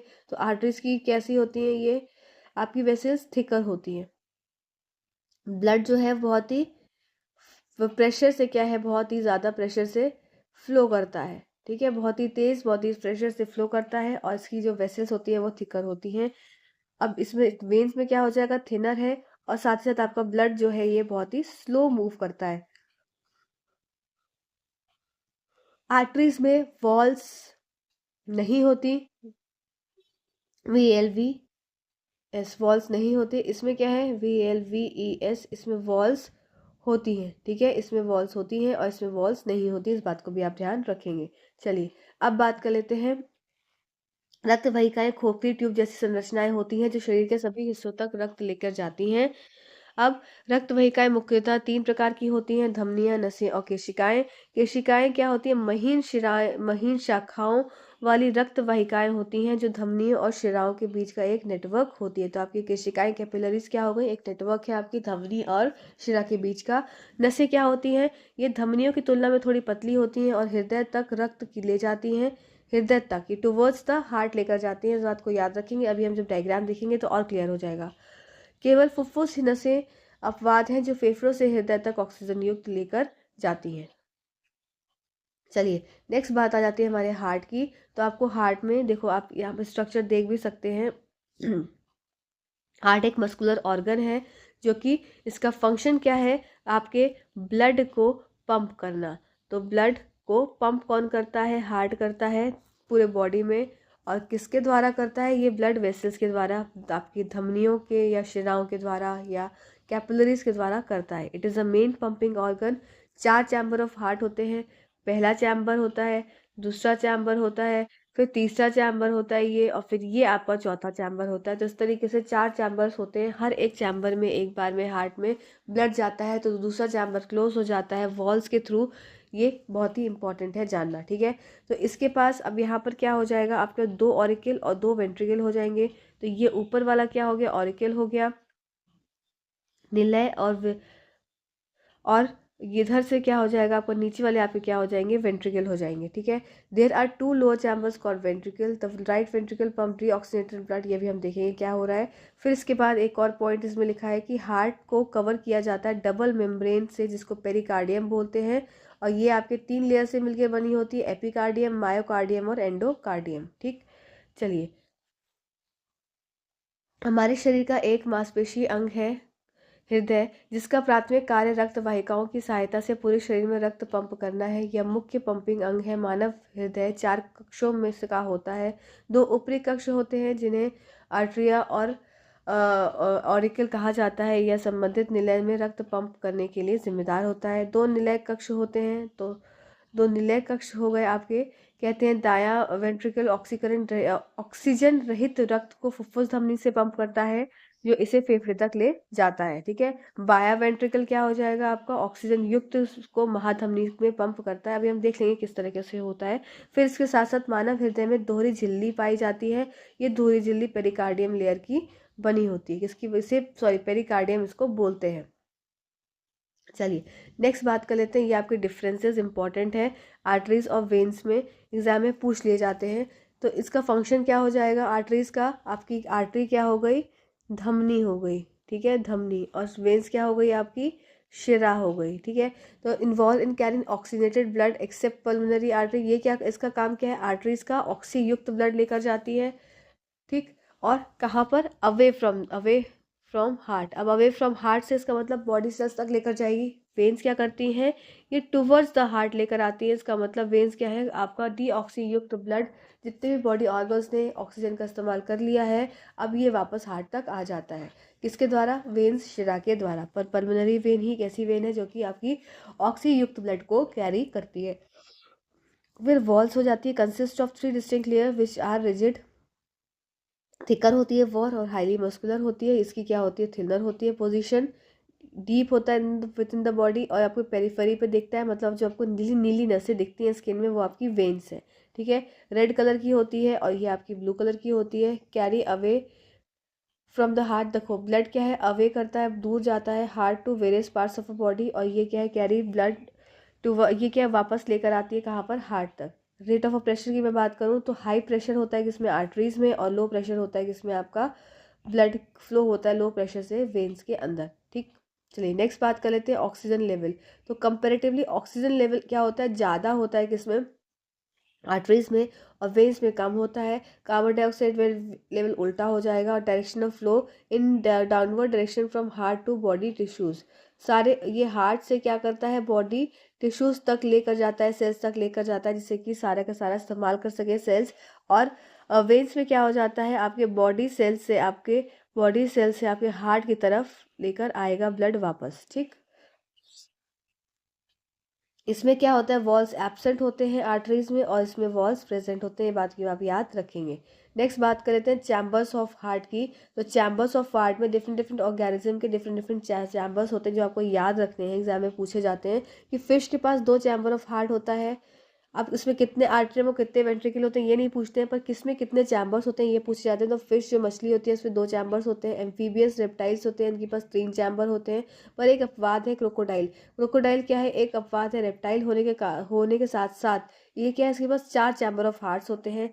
बर्ड और मैमल्स जितने भी होते हैं, पक्षी और आपके मैमल्स, ये 4 चैम्बर हार्ट्स को कैरी करते हैं। मगरमच्छ और सरीसृप अपवाद है, क्योंकि इसमें आपका 4 कक्ष प्रेजेंट होते हैं, कि चैम्बर्स 4 प्रेजेंट होते हैं, ठीक है। चलिए नेक्स्ट बात कर लेते हैं ब्लड प्रेशर। तो ब्लड प्रेशर क्या है? Blood pressure is the pressure of circulating blood against the wall of blood vessel. Blood pressure जो हम सुनते हैं रक्तचाप, तो रक्तचाप क्या है कि किस प्रेशर से ब्लड फ्लो कर रहा है किसमें वेसल्स के अंदर, उसी को क्या बोल देते हैं? ब्लड प्रेशर बोल देते हैं। Blood pressure is measured how forcefully your blood flows to your artery, blood goes to arteries. This pressure is much greater in arteries than in veins। मतलब प्रेशर क्या है? आर्टरीज में ज़्यादा रहता है, बहुत ही फास्ट मूव करता है ब्लड वेन्स के अपेक्षा। सिस्टोलिक प्रेशर क्या करता है? Measure the force of a blood. Systolic pressure blood क्या है? सिस्टोलिक प्रेशर एक तरह का मेजर करता है क्या, किस फोर्स से ब्लड मूव करता है। अब सिस्टोलिक प्रेशर में देखो, pressure of blood inside artery during ventricular systole, जब कॉन्ट्रैक्सेशन हो रहा है तब किस तरह से ब्लड का फ्लो हो रहा है उसको सिस्टोलिक प्रेशर में नापा जाता है। ऐसे ही pressure in artery during ventricular diastole, जब रिलैक्स हो जाती है स्टेट में तो उसको डायस्टोलिक प्रेशर बोला जाता है। नॉर्मल सिस्टोलिक प्रेशर है 120 mm ऑफ Hg, ठीक। और नॉर्मल डायस्टोलिक प्रेशर है, आप याद रखेंगे, सिस्टोलिक क्या है? नॉर्मल ऊपर वाला 120 mm ऑफ Hg, और डायस्टोलिक है आपका 80 mm ऑफ Hg। चलिए, तो रक्तचाप रक्त वाहिकाओं की दीवारों के विरुद्ध रक्त संचार का दबाव है। रक्तचाप इस बात का माप है कि आपका रक्त आपकी धमनियों में कितनी तीव्रता से प्रवाहित हो रहा है। यह दबाव शिराओं की तुलना में धमनियों में बहुत अधिक होता है। फिर आपका सिस्टोलिक दबाव रक्त की शक्ति को मापता है। तो सिस्टोलिक दबाव में आपको डायस्टोलिक और आपको सिस्टोलिक पढ़ना है, जैसे मैंने आपको बताया था। तो सिस्टोलिक प्रेशर क्या है? जब कॉन्ट्रैक्ट हो गया, जब संकुचित होगा, तो blood pressure inside artery during ventricular systole. तो ये क्या है? वेंट्रिकुलर सिस्टोल की बात हो रही है आर्टरीज के अंदर। और pressure in artery during ventricular diastole, जब रिलैक्सेशन स्टेट में आ जाता है ब्लड का, तो क्या होगा आपके आर्टरीज में? तो डायस्टोलिक प्रेशर होता है, ठीक। चलिए, अब एक्सक्रीशन इन डिफरेंट ऑर्गेनिज्म में, ये आपको मैंने स्लाइड यहाँ पर ऐड कर दी है, इंपॉर्टेंट है कि कौन सा ऑर्गेनिज्म क्या चीज़ एक्सक्रीट आउट करता है, ठीक है। देख लेते हैं, चलिए। तो सबसे पहली बात है आपका कि हम देख रहे हैं किसको? Aquatic animals. तो जितने भी मोस्टली एक्वेटिक एनिमल्स होते हैं, जलीय जीव होते हैं, ये आपके क्या हो गए? जलीय जीव हो गए। तो ये जलीय जीव आपके मोस्टली क्या रिलीज आउट करते हैं? अमोनिया रिलीज करते हैं। जितने भी आपके मैमल्स हैं, एम्फीबियंस हैं, ये यूरिया रिलीज करते हैं। और जितने भी आपके बर्ड्स, इंसेक्ट्स, उड़ने वाले लोग हैं, वो आपके यूरिक एसिड को रिलीज करते हैं, ठीक है। इस बात को याद रखेंगे। यू से यूरिक एसिड और यू से यूरी अटैक। यूरी अटैक में एयर स्ट्राइक हुई थी, तो मतलब एयर में उड़ने वाले जितने भी जीव जंतु हैं वो आपके यूरिक एसिड को रिलीज आउट करते हैं। मैमल्स हो जाएंगे, एम्फीबियंस हो जाएंगे, यूरिया रिलीज करते हैं। और एक्वेटिक एनिमल्स हैं वो आपका अमोनिया रिलीज आउट करते हैं। तो आज का सेशन यहीं तक रखते हैं। आप मुझे बताइएगा कि आपको ये कैसा लगा। साथ ही साथ इसको इस तरह से कंटिन्यू करूं कि नहीं करूं, कि क्वेश्चन के फॉर्म में आप करना चाहते हैं। और एक क्वेश्चन का सेट मैंने बनाया है, बहुत अच्छे क्वेश्चंस हैं, तो उसको भी मैं आपके साथ नेक्स्ट वो शेयर करूंगी, तो उसको भी देखना मत भूलिएगा। तो इस तरह से जुड़े रहिए, कुछ दिक्कत है तो पूछते रहिए, और सेशंस कैसे लग रहे हैं ये बताते रहिए। तब तक के लिए धन्यवाद। Thank you so much watching this video. Thank you.